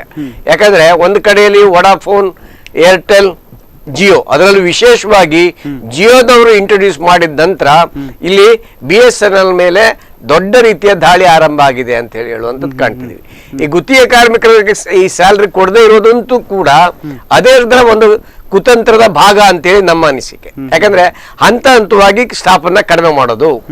ಇವನ್ ರಿಟೈರ್ಮೆಂಟ್ ಏಜ್ ಕೂಡ 60 58 56 ಏನೋ ಮಾಡ್ಬೇಕು ಅಂತೇಳಿ ಹೇಳಿ ಪ್ರಯತ್ನಗಳಾಗ್ತಾ ಇದ್ವಿ. ಅಂದ್ರೆ ಸ್ಟಾಫ್ ಅನ್ನ ಕಡಿಮೆ ಮಾಡಿ ಒಂದು ಅದಕ್ಕೆ ಹೇರ್ ಕಟ್ ಅಂತ ಹೇಳ್ತಾರೆ, ಉದಾರೀಕರಣದ ಭಾಷೆಯಲ್ಲಿ ಹೇರ್ ಕಟ್ ಅಂತೇಳಿ ಹೇಳ್ತಾರೆ. ಅಂದ್ರೆ ಚಂದ ಮಾಡಿ ತೋರಿಸ್ಬೇಕು. ಚಂದ ಮಾಡಿ ತೋರಿಸ್ಬೇಕು ಅಂದ್ರೆ ಅದನ್ನ ಖಾಸಗಿಯವರಿಗೆ ಮಾರಾಟ ಮಾಡ್ಲಿಕ್ಕೆ ವ್ಯವಸ್ಥೆ ಮಾಡಿ ಕೊಡ್ಬೇಕು ಅನ್ನುವಂಥ, ಒಂದೇ ಮಾರಾಟ ಮಾಡಬೇಕು, ಇಲ್ದಿದ್ರೆ ಅದನ್ನು ಮುಚ್ಚಬೇಕು. ಆ ತರದ ಒಂದು ಪ್ರಯತ್ನ ಇಲ್ಲಿ ನಡೀತಾ ಇದೆ ಅಂತೇಳಿ ಹೇಳುವಂಥದ್ದು ನಮ್ಗೆ ಅನಿಸ್ತಾ ಇರುವಂತದ್ದು. ಆದ್ರಿಂದ ಇದನ್ನ ನಾವು ಸೀರಿಯಸ್ ಆಗಿ ಕೇಂದ್ರ ಸರ್ಕಾರ ಇದಕ್ಕೆ ಜವಾಬ್ದಾರಿ ಅಂತೇಳಿ ಹೇಳುವಂಥದ್ದು ಕಾಣ್ತದೆ. ಅದರಿಂದ ಈ ಸರ್ಕಾರ ಬಂದ ನಂತರ ಇಂಥ ಈ ಮುಚ್ಚುದಾಗ್ಲಿ ಖಾಸಗಿಯವರಿಗೆ ಕೊಡುವಂತ ಪ್ರಕ್ರಿಯೆ ಆಗ್ಲಿ ಇದು ಜಾಸ್ತಿ ಆಗ್ತಾ ಇದೆ. ಅದೇ ಈಗ ಬ್ಯಾಂಕ್ ಮರ್ಜರ್ ವಿಷಯ ಆಗ್ಬೋದು, ಬೇರೆ ಬೇರೆ ವಿಷಯದಲ್ಲಿ ಈ ಸರ್ಕಾರದ ನೀತಿ ನಮಗೆ ನೌಕರರಿಗೂ ವಿರುದ್ಧ ಆಗಿದೆ, ಮತ್ತೆ ಸಾರ್ವಜನಿಕ ಉದ್ಯಮಗಳನ್ನು ರಕ್ಷಿಸ್ಲಿಕ್ಕೂ ಕೂಡ ತೊಂದರೆ ಉಂಟಾಗಿದೆ ಅಂತೇಳಿ ಹೇಳುವಂಥದ್ದು ನಮ್ಮ ಅಭಿಪ್ರಾಯ. ಮತ್ತೆ ಶಶಿಧರ್ ಅವರು ಇನ್ನೊಂದು ವಿಚಾರ ಏನು ಅಂತಂದ್ರೆ, ಅವ್ರು ಈಗಾಗಲೇ ಹೇಳಿದ್ರು, ಹೊಸನಗರದಿಂದ ಕಾಲ್ ಮಾಡಿದವರು ಹೇಳಿದ್ರು, ನಮ್ಮ ಒಂದು ಕುಟುಂಬಗಳನ್ನ ಬೀದಿ ಪಾಲಾಗುವಂತ ಒಂದು ಸಮಸ್ಯೆಗಳು ಕೂಡ ಎದುರಾಗ್ತಾ ಇದೆ.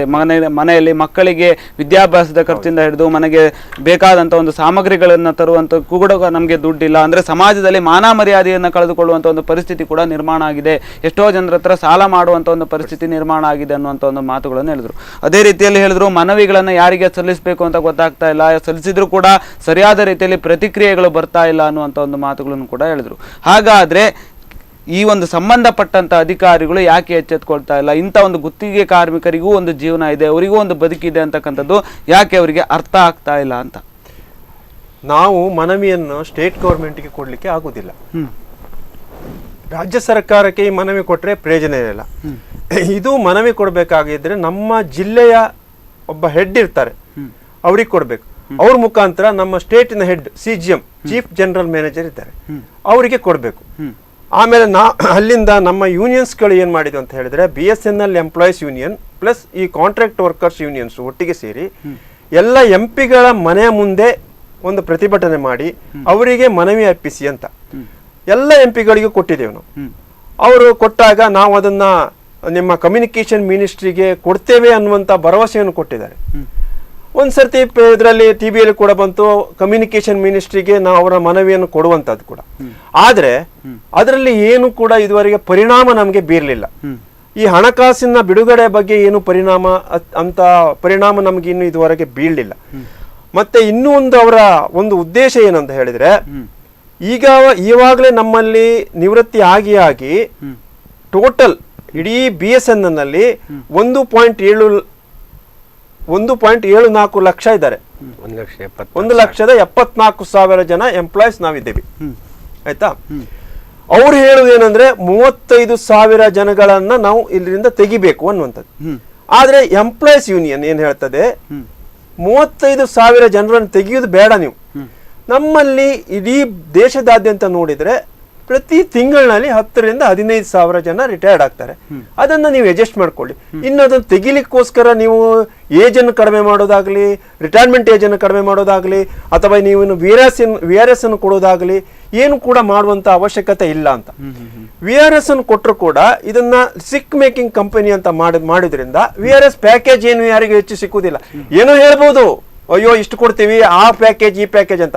ಇದು ಯಾವ ಪ್ಯಾಕೇಜ್ ಅನ್ನು ನಂಬುವಂತ ಪರಿಸ್ಥಿತಿ ನಮ್ಮಲ್ಲಿ ಇಲ್ಲ. ಯಾಕೆ ಯೂನಿಯನ್ ಲೀಡರ್ಸ್ಗೆ ಗೊತ್ತುಂಟದು, ಈ ಪ್ಯಾಕೇಜ್ ಅನ್ನು ನಂಬುವಂತದ್ದಿಲ್ಲ. ಈಗ ನೀವು ನಮ್ಗೆ ಏನು 60 ವರ್ಷ ಇದೆ, 58 ವರ್ಷವನ್ನು ಮಾಡಿದ್ರೆ ಏನ್ ಪರಿಣಾಮ ಆಗ್ತದೆ? ನೀವು 58 ವರ್ಷ ಇತ್ತು, 60 ವರ್ಷ ಯಾಕೆ ಮಾಡಿದ್ರಿ? ನಿಮ್ಗೆ ಹಣ ಕೊಡ್ಲಿಕ್ಕೆ ಆಗ್ಲಿಲ್ಲ ರಿಟೈರ್ಮೆಂಟ್ಗೆ, ಅದನ್ನ ಹಣವನ್ನ ಏನಾದ್ರೂ ಕ್ರೋಢೀಕರಿಸಬೇಕು ಅಂತ ಹೇಳಿ 60 ವರ್ಷ ಮಾಡಿದ್ರಿ. ನಾವು 60 ವರ್ಷ ಇರುವಾಗ ನಮ್ಮ ಪ್ರತಿಯೊಬ್ಬರು ಎಂಪ್ಲಾಯೀಸು 60 ವರ್ಷಕ್ಕೆ ನನಗೆ ಸರಿ ಆಗ್ತದೆ ಏಜಿಗೆ ಅಂತ ಹೇಳಿ ಅಲ್ಲಿವರೆಗೆ ಬ್ಯಾಂಕ್ ಲೋನು ಅಥವಾ ಇನ್ನೊಂದು ಏನೋ ಮಾಡಿ ನಾವೊಂದು ಮನೇನೋ ಅಥವಾ ಇನ್ನೇನೋ ನಮ್ಮ ಎಸೆಟ್ಸ್ಗಳನ್ನು ನಾವು ಮಾಡ್ಕೊಂಡಿರ್ತೀವಿ. ಏಕಾಏಕಿಯಾಗಿ ನೀವು 58ಕ್ಕೆ ಇಳಿಸಿದ್ರೆ ಆದ್ರೆ 2 ವರ್ಷದ ನಮ್ಮ ಆ ಸ್ಯಾಲ್ರಿ ಎಲ್ಲಿ ಹೋಗ್ತದೆ? ನೀವು ಅದಕ್ಕೆ ನಮ್ಗೇನು ಕೊಡ್ತಾ ಇಲ್ಲ. ನೀವು ಕೊಡುವಂತ ಪ್ಯಾಕೇಜ್ ಮೇಲೆ ನಮ್ಗೆ ಇವತ್ತಿಗೂ ನಂಬಿಕೆ ಇಲ್ಲ. ಇದೊಂದಾಗಿದೆ.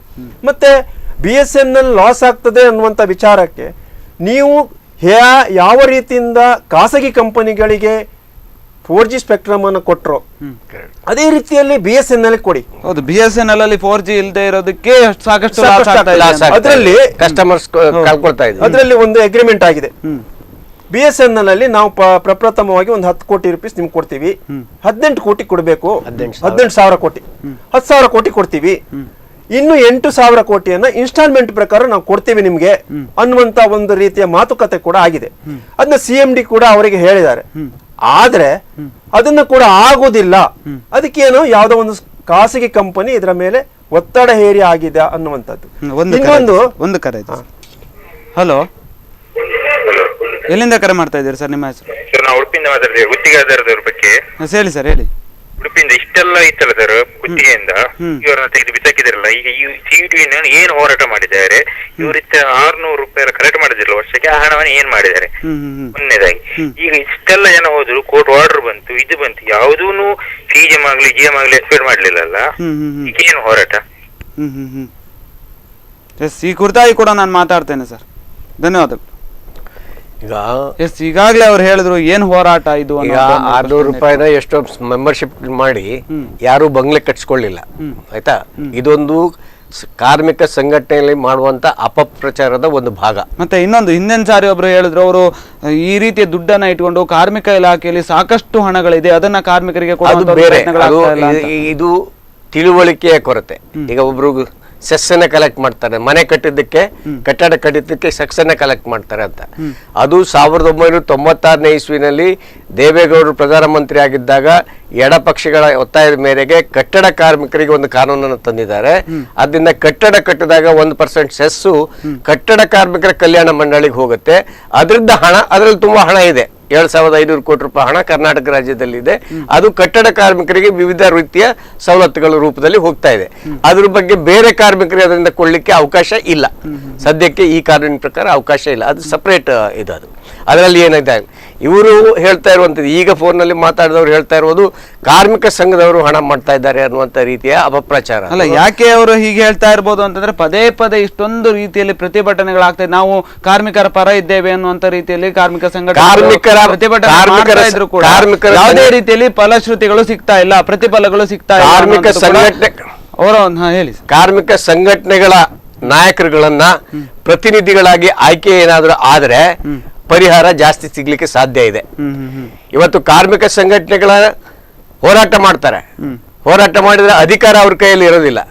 ಅಧಿಕಾರ ಯಾರ ವಿರುದ್ಧ ಹೋರಾಟ ಮಾಡ್ತೀವಿ ಅವ್ರ ಕೈಯಲ್ಲಿ ಅಧಿಕಾರ ಇರ್ತದೆ. ಅದು ಬಿಜೆಪಿ ಇರ್ಬೋದು ಅಥವಾ ಕಾಂಗ್ರೆಸ್ ಇರ್ಬೋದು ಅಥವಾ JDS ಇರ್ಬೋದು, ಅವ್ರ ಕೈಯಲ್ಲಿ ಇರುತ್ತೆ.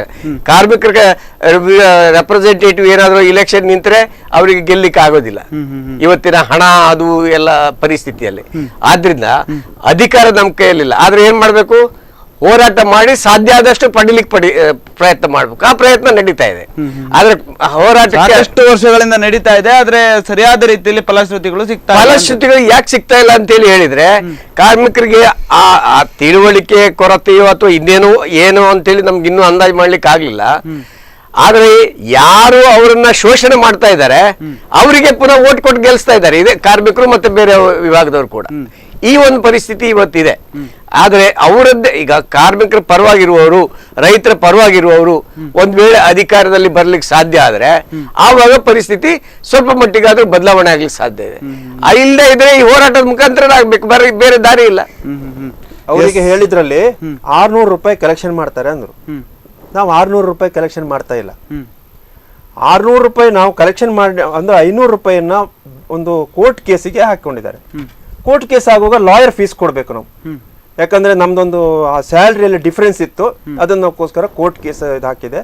ಅದು ಕೋರ್ಟ್ ಅಲ್ಲಿ, ಲೇಬರ್ ಕೋರ್ಟ್ ಅಲ್ಲಿ ಹಾಗೆ ಇದೆ, ಸೆಂಟ್ರಲ್ ಲೇಬರ್ ಕೋರ್ಟ್ ALC ಅಲ್ಲಿ ಹಾಗೆ ಇದೆ. ಅದು ಇನ್ನೂ ಏನು ವಿಚಾರಕ್ಕೆ ಆಗಲಿಲ್ಲ. ಮತ್ತೆ ನಾವು ನಮ್ಮಲ್ಲಿ ಈಗ ಇರುವಂತದ್ದು ಈ ಗುತ್ತಿಗೆ ಕಾರ್ಮಿಕರಲ್ಲಿ 200 ಜನ ಇದ್ದಾರೆ. ನಮ್ಮ ಉಡುಪಿ ಡಿಸ್ಟಿಕ್ನಲ್ಲಿ, ಉಡುಪಿ ಒಂದು ಜಿಲ್ಲೆಯಲ್ಲಿ 200 ಜನ ಇದ್ದಾರೆ. ನಮ್ಗೆ ಅದರಲ್ಲಿ 80 ಜನ ಮಾತ್ರ ನಮ್ಮ ಮೆಂಬರ್ಸ್ ಆಗಿದ್ದಾರೆ. ಬಾಕಿ ಇದ್ದವ್ರು ಯಾರು ಮೆಂಬರ್ಸ್ ಆಗಿರಲಿಲ್ಲ, ಯಾರು ಕೂಡ ಮೆಂಬರ್ಸ್ ಆಗ್ಲಿಲ್ಲ. ಈಗ ನನಗೆ ಅನಿಸ್ತದೆ, ಈಗ ಹೇಳಿದಂತ ಜನ ಕೂಡ ಅವರು ನಮ್ಮ ಮೆಂಬರ್ ಅಲ್ಲ. ಅವರು ಸುಮ್ಮನೆ ಅವರು 500 ರೂಪಾಯಿ ಕೂಡ ಕೊಟ್ಟಿಲ್ಲ. 500 ರೂಪಾಯಿ ಕೊಟ್ಟವ್ರು ಯಾರಿಗೆ, ಅವರಿಗೆ ಸಂಪೂರ್ಣವಾದಂತ ವಿಚಾರಗಳನ್ನ ನಾವು ಅದರಲ್ಲಿ ಹೇಳಿದ್ದೇವೆ. ಮತ್ತೆ ಹೋರಾಟ ಅನ್ನುವಂಥದ್ದು ಒಂದು ಸರಿ ನಿಲ್ಲುವುದಿಲ್ಲ. ಆ ರೀತಿ ಮಾಡ್ಲಿಕ್ಕೆ ನಮ್ಮಿಂದ ಅಷ್ಟು ಹೋರಾಟ ಮಾಡ್ಲಿಕ್ಕೆ ಅಂತ ಸರ್ಕಾರ ಕೂಡ ನಮ್ಮಲ್ಲಿ ಬರಲಿಲ್ಲ.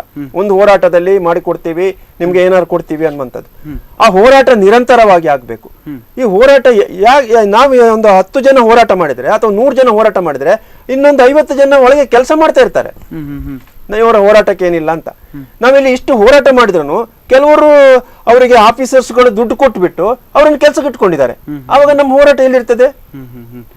ಈ ಕುರಿತಾಗಿ ನಾನು ಮತ್ತೆ ಮಾತಾಡ್ತೀನಿ, ಒಂದು ವಿರಾಮ ಸರ್. ಎಸ್ ವೀಕ್ಷಕರೇ, ನೀವೇ ನೋಡ್ತಾ ಇರೋ ಹಾಗೆ ಒಂದು BSNL ಕಾರ್ಮಿಕರ ವಿಚಾರವಾಗಿ ಮಾತಾಡ್ತಾ ಸಾಕಷ್ಟು ವಿಚಾರಗಳು ಮುನ್ನೆಲೆಗೆ ಬಂದಿದೆ. ಇನ್ನು ಅದೇ ರೀತಿಯಲ್ಲಿ ಹೆಂಚು ಕಾರ್ಮಿಕರ ಸಮಸ್ಯೆಗಳು ಕೂಡ ಇದೆ, ಅದನ್ನು ಕೂಡ ಚರ್ಚೆ ಮಾಡಲಿಕ್ಕಿದೆ. ಅದಕ್ಕೂ ಮುನ್ನ ಚಿಕ್ಕದೊಂದು ವಿರಾಮ.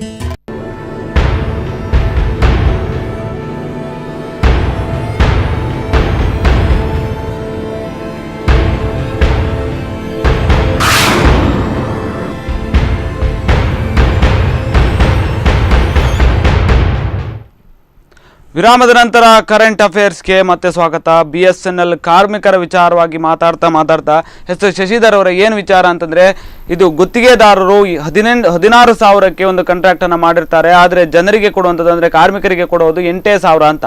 ಯಾಕೆ ಅದನ್ನು ಪ್ರಶ್ನೆ ಮಾಡೋದಕ್ಕೆ ಆಗೋದಿಲ್ಲ ನಿಮಗೆ ಅಂತ? ನಿಮಗೆ ಗೊತ್ತಿದ್ದು ಕೂಡ ಅದನ್ನು ಪ್ರಶ್ನೆ ಮಾಡೋದಕ್ಕೆ ಆಗೋದಿಲ್ಲ ಅಂತಂದರೆ ಏನರ್ಥ ಇದು ಅಂತ? BSNL 13,000 ರೂಪಾಯಿ ಕೊಡ್ತಾರೆ. ಅದು ಬೇರೆ ಇದರಲ್ಲಿ 16,000 ರೂಪಾಯಿ ಇದೆ. BSNL 13,000 ರೂಪಾಯಿ ಕೊಡ್ತಾರೆ. 13,000 ರೂಪಾಯಿಯನ್ನು ಅವರು ಮೊದಲು ಏನು ಮಾಡ್ತಿದ್ರು, ಸ್ಟಾರ್ಟಿಂಗ್ನಲ್ಲಿ ಭಾಳ ಕಡಿಮೆ ಕೊಡ್ತಾಯಿದ್ರು. ನಾವು ಈ ರೀತಿ ನಿರಂತರವಾಗಿ ಹೋರಾಟ ಮಾಡಿ ALCಗೆ ಹಾಕಿ, ALC ಕಡೆಗೆ ಅವ್ರ ಹತ್ರ ಎಷ್ಟು ಬೇಕು ಅವನ ಕಮಿಷನ್ ಎಷ್ಟಿದೆ ಅಷ್ಟನ್ನು ಬಿಟ್ಟು ಉಳಿದಿದ್ದನ್ನು ಅವರ PF ಮತ್ತು ನಮ್ಮ ಎಂಪ್ಲಾಯರ್ PF, ಆಮೇಲೆ ESI, ಎಂಪ್ಲಾಯರ್ದು ESI ಎಲ್ಲ ಹಾಕಿ ಎಲ್ಲವನ್ನು ನಮ್ಮ ಒಂದೊಬ್ಬ ಗುತ್ತಿಗೆ ಕಾರ್ಮಿಕನದ್ದು ಎಷ್ಟು ಪರ್ಸೆಂಟೇಜ್ ತಗೊಳ್ತಾರೆ ಅಥವಾ ನಮ್ಮ ಎಂಪ್ಲಾಯರ್ ಎಷ್ಟು ಹಾಕ್ತಾರೆ, ಇದು ಎರಡನ್ನು ಒಂದು ರೀತಿಯಲ್ಲಿ ತುಲನೆ ಮಾಡಿ ಅದನ್ನು PF ಆಫೀಸಿಗೆ ಹಾಕುವಾಗ PF ಆಫೀಸು ESIಗೆ ಹಾಕುವುದು ESIಯಲ್ಲಿ ಹಾಕಿ ಕಡೆಗೆ ಇವರಿಗೆ ಈಗ ಎಷ್ಟು ಸಿಗ್ತದೆ ಅಂದರೆ ಒಂದು 8,000 ರೂಪಾಯಿ ಇವರ ಕೈಯಲ್ಲಿ ಸಿಗ್ತದೆ. ಒಂದು ಕರೆ ಇದೆ. ಹಲೋ, ಹಲೋ, ಎಲ್ಲಿಂದ ಕರೆ ಮಾಡ್ತಾ ಇದ್ದೀರಾ ಸರ್? ನಿಮ್ಮ ಹೆಸರು? ನಾವು ಕಡಪಾಡಿ ಮಣಿಪುರದಿಂದ ಮಾತಾಡ್ತೀವಿ. ಎಸ್ ಹೇಳಿ ಸರ್. ಈ ಒಂದು BSNLನ ಗುತ್ತಿಗೆ ಕಾರ್ಮಿಕರ ವಿಚಾರವಾಗಿ ಮಾತಾಡ್ತಾ ಇದ್ವಿ. ಅದೇ ರೀತಿಯಲ್ಲಿ ಹೆಂಚು ಕಾರ್ಮಿಕರ ವಿಚಾರವಾಗಿ ಕೂಡ ಚರ್ಚೆನ ಮಾಡ್ತೇವೆ. ಹೇಳಿ ಸರ್. ಸರ್, ಬಂದ್ ಮಾಡಿ ಏನು ಪ್ರಯೋಜನ ಇಲ್ಲ. ಬಂದ್ ಮಾಡಿ ಯಾರಿಗೆ ಲಾಸ್ ಸರ್? ಕಾರ್ಮಿಕರಿಗೆ ಲಾಸ್. ನಾವು ಕೆಲಸ ಮಾಡ್ಬೇಕು, ಅವ್ರ ಮುಖಕ್ಕೆ ಬಿಸಾಕ್ಬೇಕು, ಅದು ಪೇಮೆಂಟ್ ಬಿಸಾಕ್ಬೇಕು ಅವ್ರ ಮುಖಕ್ಕೆ. ತಕೊಂಡು ಸರಿ. ಇಂಡಿಯಾದಲ್ಲಿ ಸ್ಟ್ರೈಕ್ ಮಾಡಿದ್ರೆ ಯಾರಿಗೆ ಸರ್ ಲಾಸ್? ಕಾರ್ಮಿಕರಿಗೆ ಲಾಸ್. ಎಸ್ ಧನ್ಯವಾದಗಳು ಸರ್. ಇದೇ ವಿಚಾರವಾಗಿ ನಾನು ಮತ್ತೆ ಮಾತಾಡ್ತೇನೆ. ಒಂದು ಅರ್ಥದಲ್ಲಿ ನೋಡ್ತಾ ಹೋದ್ರೆ ಈಗಾಗಲೇ ಈ ಒಂದು ಕಾರ್ಮಿಕ ಸಂಘಟನೆಯಿಂದ ಅಂದರೆ ಸಂಘಟಿತ ಮತ್ತು ಅಸಂಘಟಿತ ಕಾರ್ಮಿಕ ಸಂಘಟನೆಯಿಂದ ಸಾಕಷ್ಟು ಪ್ರತಿಭಟನೆಗಳು ನಡೆದಿದೆ. ಆದರೆ ಅದರಿಂದ ಆಗ್ತಾ ಇರುವಂಥ ಒಂದು ಫಲಪ್ರದಗಳಾಗಿರ್ಬೋದು, ಫಲಶ್ರುತಿಗಳಾಗಿರ್ಬೋದು ಸಾಕಷ್ಟು ಕಡಿಮೆನೇ ಇದೆ. ಅಂದರೆ ಓವರಾಲ್ ರೇಟಿಂಗ್ಸನ್ನು ನೋಡ್ತಾ ಹೋದರೆ ಸಾಕಷ್ಟು ಕಡಿಮೆ ಇದೆ. ಹಾಗಾದರೆ ಕಾರ್ಮಿಕ ಸಂಘಟನೆಗಳು ಸಂಪೂರ್ಣವಾಗಿ ದುರ್ಬಲ ಆಗಿದ್ದಾವ ಅನ್ನುವಂಥ ಒಂದು ಪ್ರಶ್ನೆಗಳು ಕೂಡ ಉದ್ಭವ ಆಗುತ್ತೆ. ಇನ್ನು ಕಾರ್ಮಿಕರ ಒಂದು ಸಮಸ್ಯೆಗಳು ಕೂಡ ಭಾರಿ ಏನು ಈಡೇರಿಲ್ಲ, ಅಂದರೆ ಸಮಸ್ಯೆಗಳಾಗಿರ್ಬೋದು ಅಥವಾ ಬೇಡಿಕೆಗಳಾಗಿರ್ಬೋದು ಭಾರಿ ಏನು ಈಡೇರಲಿಲ್ಲ. ಹಾಗಾದರೆ ಇಷ್ಟೆಲ್ಲ ಒಂದು ಪ್ರತಿಭಟನೆಗಳ ಅವಶ್ಯಕತೆ ಏನಿದೆ ಅಂತ ನಮ್ಮ CIT ಕಣ್ಣೋಟದಲ್ಲಿ ಇದು ಒಂದು ಮಾಲೀಕರು ಮತ್ತೆ ಕಾರ್ಮಿಕರು ಯಾರಿದ್ದಾರೆ ಇವರ ನಡುವಿನ ಒಂದು ಹೋರಾಟ ವಿಸ್ತಾರ ಆಗ್ತಾ ಇದೆ ಅಂತ. ಸರ್ಕಾರಗಳು ಯಾವ್ದು ಬರ್ತಾ ಇದೆ ಅದು ಬೇರೆ ಬೇರೆ ಪಕ್ಷದ ಸರ್ಕಾರಗಳು ಹೆಚ್ಚಾಗಿ ಅವರು ಮಾಲೀಕರ ಪರವಾಗಿ ಕೆಲಸ ಮಾಡ್ತಾ ಇದ್ದಾರೆ. ಅದರ ಭಾಗ ಆಗಿನೇ ಇವತ್ತು ಕೇಂದ್ರ ಸರ್ಕಾರ 44 ಕಾರ್ಮಿಕ ಕಾನೂನು ಹೋರಾಟ ಮಾಡಿ ಪಡ್ಕೊಂಡಂತ ಕಾನೂನು, ಬ್ರಿಟಿಷ್ ಕಾಲದಲ್ಲಿ ಹೋರಾಟ ಮಾಡಿ ಪಡ್ಕೊಂಡಂತ ಕಾನೂನನ್ನ ತಿದ್ದುಪಡಿ ಮಾಡಿ ಮಾಲೀಕರ ಪರವಾಗಿ 4 ಲೇಬರ್ ಕೋಡ್ ಆಗಿ ಮಾಡ್ತಾ ಇದ್ದಾರೆ. ಇಂಥ ಸಂದರ್ಭದಲ್ಲಿ ಇಂಥ ಕಠಿಣ ಪರಿಸ್ಥಿತಿಯಲ್ಲಿ ಕಾರ್ಮಿಕರು ಹೋರಾಟ ಮಾಡ್ತಾ ಇದ್ದಾರೆ. ಮತ್ತೆ ಈ ಕಾರ್ಮಿಕರ ಹೋರಾಟ ವಿಫಲ ಆಗಿಲ್ಲ. ಬದಲಾಗಿ ಕಳೆದ 25 ವರ್ಷದಲ್ಲಿ 18 ಬಾರಿ ಅಖಿಲ ಭಾರತ ಮುಷ್ಕರ ನಡೆದಿದೆ. 18 ಬಾರಿ ಮುಷ್ಕರ ನಡೆದಿದೆ. ಬ್ಯಾಂಕ್ ನೌಕರರು 26 ವರ್ಷಗಳಲ್ಲಿ 56 ದಿನ ಬ್ಯಾಂಕ್ ಮುಷ್ಕರ ಮಾಡಿದ್ದಾರೆ. ಹೆಚ್ಚು ಮುಷ್ಕರ ಮಾಡಿದವರು ವೇತನ ಹೆಚ್ಚಳಕ್ಕಲ್ಲ, ಈ ಖಾಸಗೀಕರಣದ ವಿರುದ್ಧ ಮತ್ತೆ ಸರ್ಕಾರದ ನೀತಿಗಳ ವಿರುದ್ಧ. ಆದ್ರಿಂದ ಇಲ್ಲಿ ಕಾರ್ಮಿಕ ಸಂಘಟನೆಗಳು ದುರ್ಬಲ ಆಗಿದೆ ಅಂತೇಳಿ ಹೇಳಿದ್ರೆ ತಪ್ಪು. ಎಷ್ಟು ಬೇಡಿಕೆ ಇಟ್ಟಿದೀವಿ ಅಷ್ಟು ಪರಿಹಾರ ಸಿಗ್ತಾ ಇಲ್ಲ ಅನ್ನುವಂಥದ್ದು ಸರಿ ಇದೆ.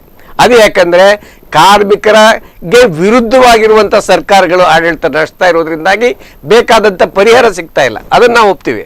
ಆದ್ರೆ ಕಾರ್ಮಿಕ ಸಂಘಟನೆಗಳು ದುರ್ಬಲ ಆಗಿಲ್ಲ. ಬದಲಿಗೆ ಹಿಂದೆ 10 ರಿಂದ 15 ಕೋಟಿ ಜನ ಮುಷ್ಕರದಲ್ಲಿ ಭಾಗವಹಿಸ್ತಾ ಇದ್ದದ್ದು ಮೊನ್ನೆ 2 ದಿವಸದಲ್ಲಿ 20 ಕೋಟಿ ಕಾರ್ಮಿಕರು ಮುಷ್ಕರದಲ್ಲಿ ಭಾಗವಹಿಸಿದ್ದಾರೆ ಅಂತೇಳಿ ಹೇಳಿದ್ರೆ ಕಾರ್ಮಿಕ ಸಂಘಟನೆಗಳು ಬಲಶಾಲಿ ಆಗ್ತದೆ, ಗಟ್ಟಿ ಆಗ್ತಾ ಇದೆ.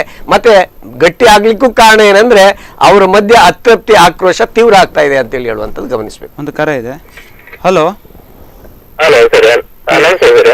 ಹೇಳಿ ಸರ್, ಹೇಳಿ. ವಿಟ್ಲದಲ್ಲ ಸರ್, ಯಶೋಧರ ಅಂತ. ಹೇಳಿ. ಗುತ್ತಿಗೆ ಅಲ್ಲ, ಈಗ ಅದೇ ನಾವು BSNL ಡ್ಯೂಟಿ ಮಾಡ್ತಿದ್ವಿ. ಈಗ 5 ತಿಂಗಳಾಯ್ತು ಪೇಮೆಂಟ್ ಬರದೆ. ಅದು ಈಗ ಅಂದ್ರೆ ಇವತ್ತು ಸೈಕಲ್ ಇತ್ತು ಅದು ಇದರ ಬಗ್ಗೆ. ಆದ್ರೆ ನೋಡಿದ್ರೆ ಇದು ನನಗಂದ್ರೆ ಈಗ ಬರೋ ತಿಂಗಳು 8 ತಾರೀಕಿಂದ ಅರ್ಧ ದಿವಸ ಡ್ಯೂಟಿ ಮಾಡಿ ಅಂತ ಹೇಳ್ತಾ ಇದ್ದಾರೆ. ಅದು ಯಾವ ಕಾನೂನಲ್ಲಿ ಉಂಟು ಅಂತ ನನ್ನ ಪ್ರಶ್ನೆ. ಸರಿ ಇಲ್ಲ, ಕಾನೂನು ಪ್ರಕಾರ ಅಲ್ಲ, ಮಾಡಬಾರ್ದು ಹಾಗೆ. ಎಸ್, ಧನ್ಯವಾದಗಳು ಸರ್. ಈ ವಿಚಾರವಾಗಿ ನಾನು ಮಾತಾಡ್ತೇನೆ. ಧನ್ಯವಾದಗಳು. ಸೊ ಅವರು ಅರ್ಧ ಈಗ ಅದೇ ಫುಲ್ ಡೇ ವರ್ಕ್ ಬದಲಿಗೆ ಅರ್ಧ ದಿವಸ ಹೇಳಿ. ಯಾಕಂದ್ರೆ ನಮ್ಮ ಏನ್ ಎಕ್ಸ್ಪೆಂಡಿಚರ್ ಇದೆ ಅದನ್ನ ಮಿನಿಮೈಸ್ ಮಾಡಬೇಕು, ಕಡಿಮೆ ಮಾಡಬೇಕು ಅನ್ನುವಂಥದ್ದಕ್ಕೆ ಅರ್ಧ ದಿವಸ ಮಾಡಿ ನಾವು ನೇರವಾಗಿ ನಿಮಗೆ ಹೊರಗೆ ಹೋಗಿ ಅಂತ ಹೇಳುವುದಿಲ್ಲ ಅನ್ನುವಂಥದ್ದು ನಮ್ಮ ಈ ಅಧಿಕಾರಿಗಳ ಒಂದು ಯೋಚನೆ. ಇದೆಲ್ಲದಕ್ಕೂ ಕಾರಣ ಏನಂದ್ರೆ ಒಂದು ಸಮಸ್ಯೆ, ಕಾರ್ಮಿಕರ ಸಮಸ್ಯೆ ಇದೆ. ಅದರ ಮೇಲೆ ಸರ್ಕಾರದ ಪಾಲಿಸಿ ಇದೆ. ಸರ್ಕಾರದ ಪಾಲಿಸಿ ಇರೋದ್ರಿಂದ, ಕಾರ್ಮಿಕರ ಸಮಸ್ಯೆ ಇರೋದ್ರಿಂದ ಇದು ಎರಡರ ಮೇಲೂ ಕೂಡ ರಾಜಕೀಯ ಒಂದು ಇದೆ. ಆ ರಾಜಕೀಯದ ಒತ್ತಡ ಇದೆ. ಇದಕ್ಕೆ ಈ ಎಲ್ಲ ಸಮಸ್ಯೆ ಇದೆ, ಪಾಲಿಸಿ ನೀತಿ ಇದೆ, ಆಮೇಲೆ ರಾಜಕೀಯದ ಒತ್ತಡ ಇದೆ. ಇದರಿಂದಾಗಿ ಕಾರ್ಮಿಕರ ಸಮಸ್ಯೆ ಯಾವತ್ತೂ ಪರಿಹಾರ ಆಗಲಿಕ್ಕೆ ಸಾಧ್ಯ ಇಲ್ಲ. ಇದು ಹೋಗ್ಬೇಕು. ಏನು ಸಮಸ್ಯೆ ಪರಿಹಾರ ಆಗಬೇಕಾದ್ರೆ ರಾಜಕೀಯದವರು ಕೂಡ ಯೋಚನೆ ಮಾಡಬೇಕು. ಕೇವಲ ಇಲ್ಲಿ ಒಂದು ಪಬ್ಲಿಕ್ ಮೀಟಿಂಗ್ ಅಲ್ಲಿ ಬಂದ್ಕೊಂಡು ಪ್ರಚಾರ ಮಾಡಿದ್ರೆ ಆಗುದಿಲ್ಲ. ಕೇವಲ ಘೋಷಣೆ ಕೊಟ್ಟರೆ ಪರಿಹಾರ ಮಾಡಬೇಕು. ಆ ನೀತಿ ಕಾರ್ಮಿಕರಿಗೆ ಅನುಕೂಲವಾಗುವಂತ ನೀತಿ, ಕಾರ್ಮಿಕರನ್ನ ಹೆಚ್ಚು ಕೆಲಸ ಮಾಡಿಸ್ಬೇಕು, ಅವರಿಂದ ಆ ಏನು ಉತ್ಪಾದನೆ ಹೆಚ್ಚು ತಕೊಳ್ಬೇಕು. ಕಾರ್ಮಿಕರನ್ನು ಕೊಲ್ಲುವುದಲ್ಲ, ಅವರಿಗೆ ಹೆಚ್ಚು ಸವಲತ್ತನ್ನು ಕೊಟ್ಟು ಅವರಿಂದ ಉತ್ಪಾದನೆ ತಗೊಳ್ಳುವಂತ ಪರಿಸ್ಥಿತಿ, ಆ ರೀತಿಯ ಒಂದು ಪಾಲಿಸಿಯನ್ನು ಏನಾದ್ರೂ ಮಾಡಿದಂತಾದ್ರೆ ಈ ಕಾರ್ಮಿಕರ ಸಮಸ್ಯೆ ಪರಿಹಾರ ಆಗ್ತದೆ. ಇದು ಈ ಭಾರತದಲ್ಲಿ ಇಷ್ಟು ಸ್ವಾತಂತ್ರ್ಯ ಸಿಕ್ಕಿದ ನಂತರ ಇಷ್ಟುವರೆಗೆ ಇದು ಆಗ್ಲಿಲ್ಲ. ಇನ್ನೂ ಒಂದು ಹೇಳ್ಬೇಕಂದ್ರೆ, ನಮ್ಗೆ ಸ್ವಾತಂತ್ರ್ಯ ಸಿಕ್ಕಿ 72 ವರ್ಷ ಆದ್ರೂ ಕೂಡ 72 ವರ್ಷದಲ್ಲಿ ಈ ಕೇಂದ್ರ ಸರ್ಕಾರದ ಅಧೀನದಲ್ಲಿರುವಂತ ಕೇಂದ್ರ ಸರ್ಕಾರಿ ನೌಕರರಿಗೆ ಸಂಬಳ ಇಲ್ಲ ಅನ್ನುವಂತ ಪರಿಸ್ಥಿತಿ ಇದುವರೆಗೆ ಉಂಟಾಗಿಲ್ಲ. ಆದ್ರೆ ಈ ಬಾರಿ ಆಗಿದೆ. ಇದಕ್ಕೆ ಯಾಕೆ ಅನ್ನುವಂಥದ್ದು ಒಂದು ಯಕ್ಷ ಪ್ರಶ್ನೆ ಆಗಿದೆ, ಯಾಕೆ ಆಗಿದೆ ಅಂತ. ಇನ್ನು ನಮ್ಗೆ ಸ್ಪೆಕ್ಟ್ರಮ್ ಅದನ್ನ ಕೊಡ್ಬೇಕು ಅವರು. ಆಮೇಲೆ ಹಣಕಾಸು, ನಾವು ರೂರಲ್ ಏರಿಯಾದಲ್ಲಿ ಕನೆಕ್ಷನ್ಸ್ ಕೊಡ್ತಿದ್ದೇವೆ. ಒಂದು ಕನೆಕ್ಷನ್ಸ್ಗೆ ಸಾಧಾರಣ ನಾವು ಲೆಕ್ಕ ಮಾಡಿದಾಗ 30,000 ರೂಪಾಯಿ ಬೀಳ್ತದೆ. ಅದನ್ನ ನಾವು ರಿಕವರಿ ಮಾಡುವಾಗ ಸಾಧಾರಣ 50 ವರ್ಷ ಹೋಗ್ಬೋದು. ಯಾಕಂದ್ರೆ ಒಂದು ಅತ್ಯಂತ ಹಳ್ಳಿ, ಆ ಪೆರಡೂರು ಅದಕ್ಕಿಂತ ಹಿರಿಯಡ್ಕ ಅಲ್ಲಿ ಎಲ್ಲ ಒಂದು ಕನೆಕ್ಷನ್ಸ್ ಕೊಟ್ಟಾಗ ಅತ್ಯಂತ ಹಳ್ಳಿ, ಅಲ್ಲಿ 50 ರೂಪಾಯಿ ರೆಂಟ್ ಇದೆ. 50 ರೂಪಾಯಿ ರೆಂಟಿನಲ್ಲಿ ನಾವು 30,000 ರೂಪಾಯಿಯನ್ನು ಯಾವ ರೀತಿಯಲ್ಲಿ ರಿಕವರಿ ಮಾಡಬೇಕು? ಅದಿಲ್ಲ. ಈ ಕಾಂಪಿಟೇಷನ್ಸ್ ಅಲ್ಲಿ ಅದನ್ನ ಕಡಿಮೆ ಮಾಡಿದಾಗ ನಮ್ಗೆ ಇಲ್ಲಿ ಈ ಲಾಸ್ ಅನ್ನೋದು ಬರ್ತದೆ. ಆದ್ರೆ ಆ ಲಾಸ್ ಅನ್ನ ಸರ್ಕಾರ ತುಂಬಿ ಕೊಡಬೇಕು. ರೂರಲ್ ಡೆವಲಪ್ಮೆಂಟ್ ಅಂತ ಹೇಳಿ ಒಂದು ಸ್ಕೀಮ್ ನಲ್ಲಿ ಹಾಕೊಂಡು ರೂರಲ್ ಹಳ್ಳಿಯವರಿಗೆ ಕನೆಕ್ಷನ್ಸ್ ಅನ್ನು ಕೊಡಬೇಕು. ಅವರನ್ನು ಕಮ್ಯುನಿಕೇಶನ್ ಗೆ ತಗೊಂಡು ಬರ್ಬೇಕಾದ್ರೆ ಅವರು ಅದಕ್ಕೆ ಅನುದಾನ ಕೊಡಬೇಕು. ಆ ಅನುದಾನ ಸರ್ಕಾರ ನಮ್ಗೆ ಕೊಡ್ತಾ ಇಲ್ಲ.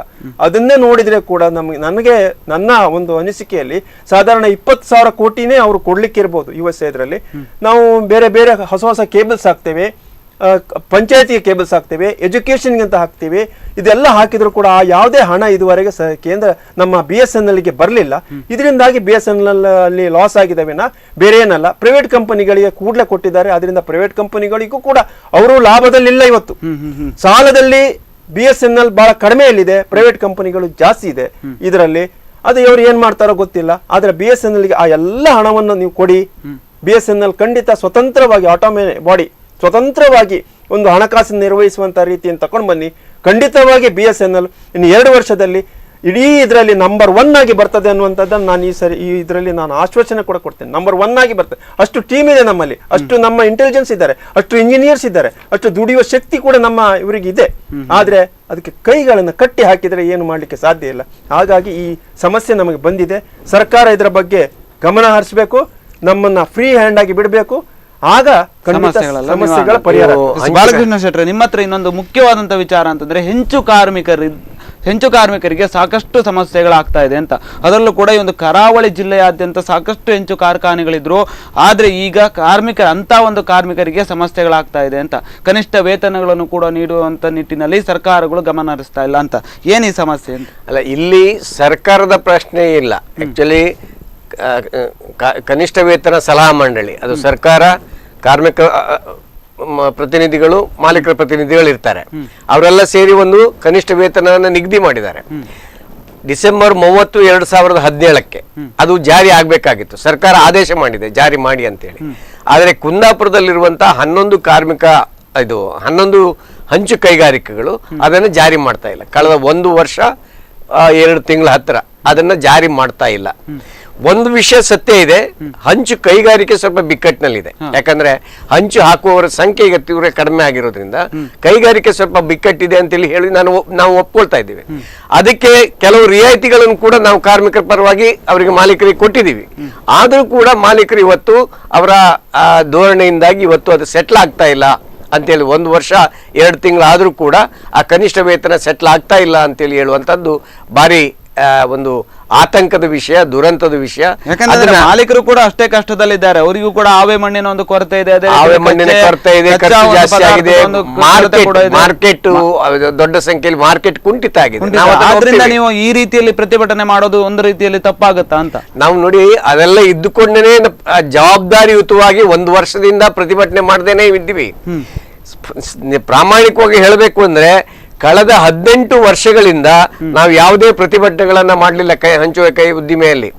ಅದೇ ಯಾಕೆ ಮಾಡಲಿಲ್ಲ ಅಂತೇಳಿ ಹೇಳಿದ್ರೆ, ಪರಸ್ಪರ ಮಾತುಕತೆ ಮುಖಾಂತರ ಸೆಟ್ಲ್ ಮಾಡ್ಕೊಳ್ಳೋಣ ಅಂತ. ಈಗಲೂ ಕೂಡ 1 ವರ್ಷದಿಂದ 1 ವರ್ಷ 1 ತಿಂಗಳಿಂದ ನಾವು ಏನು ಪ್ರತಿಭಟನೆ ಮಾಡಿಲ್ಲ. ಈಗಲೂ ಕೂಡ ನಾವು ಮುಷ್ಕರ ಮಾಡಿಲ್ಲ. ಆದ್ರೆ ಅಲ್ಲಿ ವರ್ಕ್ ಲೋಡ್ ಯಾವ್ದಿದೆ ಅದನ್ನು ನಾವು ಮಾಡೋದಿಲ್ಲ, ನಮ್ಗೆ ಅತೃಪ್ತಿ ಆಗಿದೆ, ಅದನ್ನ ನಾವು ಮಾಡೋದಿಲ್ಲ, ಕೆಲಸ ಮಾಡ್ತೀವಿ ಅಂತೇಳಿ ಹೇಳಿದ್ರಿಂದ ಮಾಲೀಕರು ಕೆಲಸ ನಿರಾಕರಣೆ ಮಾಡಿದ್ದು. ನಾವು ಮುಷ್ಕರ ಮಾಡಿದ್ದಲ್ಲ, ಇಲ್ಲಿ ಮಾಲೀಕರು ಕೆಲಸ ನಿರಾಕರಣೆ ಮಾಡಿದ್ದಾರೆ.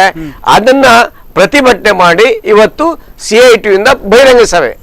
ನಮಗೆ ಅಲ್ಲಿ ಉತ್ಪಾದನೆಗೆ ತೊಂದರೆ ಮಾಡಬೇಕು ಅಂತ ನಮಗೆ ಇಷ್ಟ ಇಲ್ಲ.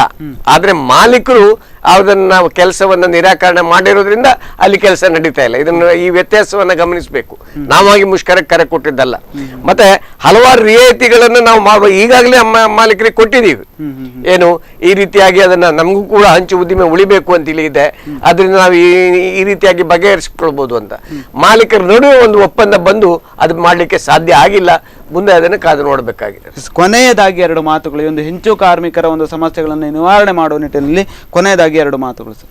ಮತ್ತೆ ಅದೇ ರೀತಿಯಲ್ಲಿ BSNL ಕಾರ್ಮಿಕರ ಸಮಸ್ಯೆಗಳ ಕುರಿತಾಗಿ ಕೂಡ ಕುಂದಾಪುರ ಪ್ರದೇಶದ ಒಂದು ಆರ್ಥಿಕ ಅಭಿವೃದ್ಧಿ ಆಗಬೇಕು ಅಂದ್ರೆ ಹಂಚು ಕಾರ್ಮಿಕರ ಸಮಸ್ಯೆ ಬಗೆಹರಿಬೇಕಾಗುತ್ತೆ.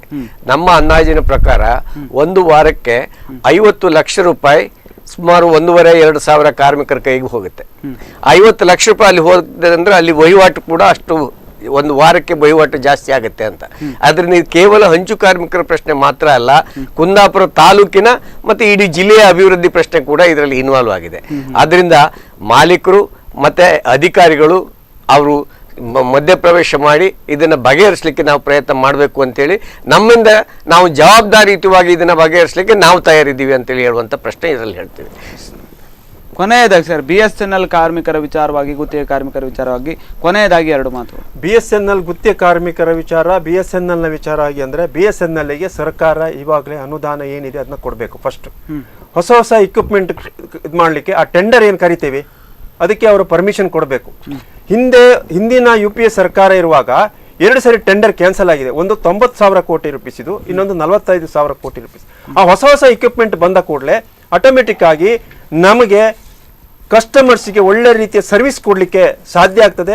ಆಗ ಬೇಕಾದಷ್ಟು ಮೆಟೀರಿಯಲ್ಸ್ ಅನ್ನು ಕೂಡ ಸರ್ಕಾರ ನಮಗೆ ಕೊಟ್ರೆ, ಹಣಕಾಸನ್ನ ಏನು ಫೈನಾನ್ಷಿಯಲ್ ಆಡ್ ಅನ್ನು ಕೊಟ್ರೆ ಖಂಡಿತವಾಗಿ ಇದನ್ನ ಇಂಪ್ರೂವ್ ಮಾಡಬಹುದು. ಇಂಪ್ರೂವ್ ಮಾಡದೆ ಏನಲ್ಲ, ಇದಕ್ಕೆ 150 ವರ್ಷದ ಒಂದು ಹಿನ್ನೆಲೆ ಇದೆ.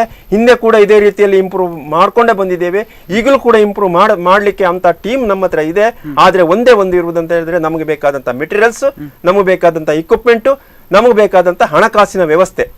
ಇದನ್ನ ಕೇಂದ್ರ ಸರ್ಕಾರ ಇದನ್ನ ಸಂಪೂರ್ಣ ಗಮನ ಹರಿಸಿ ಏನಾದ್ರೂ ಇದನ್ನ ಕೊಟ್ಟಿತಂತಾದ್ರೆ ಖಂಡಿತವಾಗಿ BSNL ನಂಬರ್ 1 ಆಗಿ ಇದರಲ್ಲಿ ಬರ್ತದೆ. ಅದರಲ್ಲಿ ಯಾವುದೇ ಸಂಶಯ ನಮಗಿಲ್ಲ.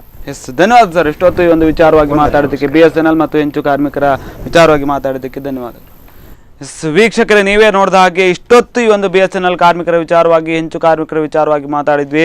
ಇನ್ನೂ ಕೂಡ ಮಾತಾಡಲಿಕ್ಕಿತ್ತು ಅಂದರೆ ಕಾರ್ಮಿಕರ ಒಂದು ಸಮಸ್ಯೆಗಳು ಕೂಡ ಸಾಕಷ್ಟಿದೆ. ಅದನ್ನು ಪರಿಹಾರ ಮಾಡುವ ನಿಟ್ಟಿನಲ್ಲೂ ಕೂಡ ಕೇಂದ್ರ ಸರ್ಕಾರ ಯಾವ ರೀತಿಯಲ್ಲಿ ಯೋಜನೆಗಳನ್ನು ಹಾಕಿಕೊಳ್ಬೇಕು ಅನ್ನೋ ನಿಟ್ಟಿನಲ್ಲಿ ಕೂಡ ಸಾಕಷ್ಟು ಮಾತಾಡಲಿಕ್ಕಿತ್ತು. ಆದರೆ ಸಮಯದ ಕೊರತೆಯಿಂದಾಗಿ ಆಗಲಿಲ್ಲ. ಆದರೆ ಮುಂದಿನ ದಿನಗಳಲ್ಲಿ ಕೂಡ ವಿಚಾರವಾಗಿ ಚರ್ಚೆಯನ್ನು ಮಾಡ್ತೇವೆ. ಇನ್ನು ಕೇಂದ್ರ ಸರ್ಕಾರ ಆಗಿರ್ಬೋದು ಅಥವಾ ರಾಜ್ಯ ಸರ್ಕಾರ ಆಗಿರ್ಬೋದು, ಯಾವುದೇ ಆಗಿರ್ಬೋದು, ಈ ಒಂದು ಕಾರ್ಮಿಕರ ಸಮಸ್ಯೆಗಳನ್ನು ಆಲಿಸುವಂಥ ಒಂದು ಪ್ರಯತ್ನಗಳನ್ನು ಮಾಡಬೇಕು ಮುಂದಿನ ದಿನಗಳಲ್ಲಿ. ಯಾಕೆಂದರೆ 5 ತಿಂಗಳ ಕಾಲ ಒಂದು ಸಂಬಳವನ್ನು ಕೊಡಲಿಲ್ಲ ಅಂತಂದರೆ, ಯಾವುದೇ ಒಂದು ಸಂಸ್ಥೆಗಳಾಗಿರ್ಬೋದು ಸಂಬಳವನ್ನು ಕೊಡಲಿಲ್ಲ ಅಂತಂದರೆ ಆ ಒಂದು ಕಾರ್ಮಿಕರಿಗೆ ಸಾಕಷ್ಟು ತೊಂದರೆಗಳಾಗುತ್ತೆ. ಆ ಕುಟುಂಬಗಳು ಬೀದಿಗೆ ಪಾಲಾಗುವಂಥ ಒಂದು ವ್ಯವಸ್ಥೆಗಳು ಕೂಡ ನಿರ್ಮಾಣ ಆಗುತ್ತೆ. ಅದನ್ನು ಆದಷ್ಟು ತಡೆಗಟ್ಟಬೇಕು. ಕಾರ್ಮಿಕರ ಒಂದು ಜೀವನವನ್ನು ಉದ್ಧಾರ ಮಾಡಿದಾಗ ದೇಶವು ಕೂಡ ಉದ್ಧಾರ ಆಗುತ್ತೆ ಅನ್ನುವಂಥ ಒಂದು ಮಾತುಗಳನ್ನು ಹೇಳ್ತಾ ಈ ಒಂದು ಕಾರ್ಯಕ್ರಮವನ್ನು ಮುಗಿಸ್ತಾ ಇದ್ದೇನೆ. ಇದೇ ಇವತ್ತಿನ ವಿಶೇಷ. ಇನ್ನಷ್ಟು ಸುದ್ದಿ ಮತ್ತು ಮನೋರಂಜನೆಗಳಿಗಾಗಿ ನೋಡ್ತಾ ಇರಿ ಸ್ಪಂದನ.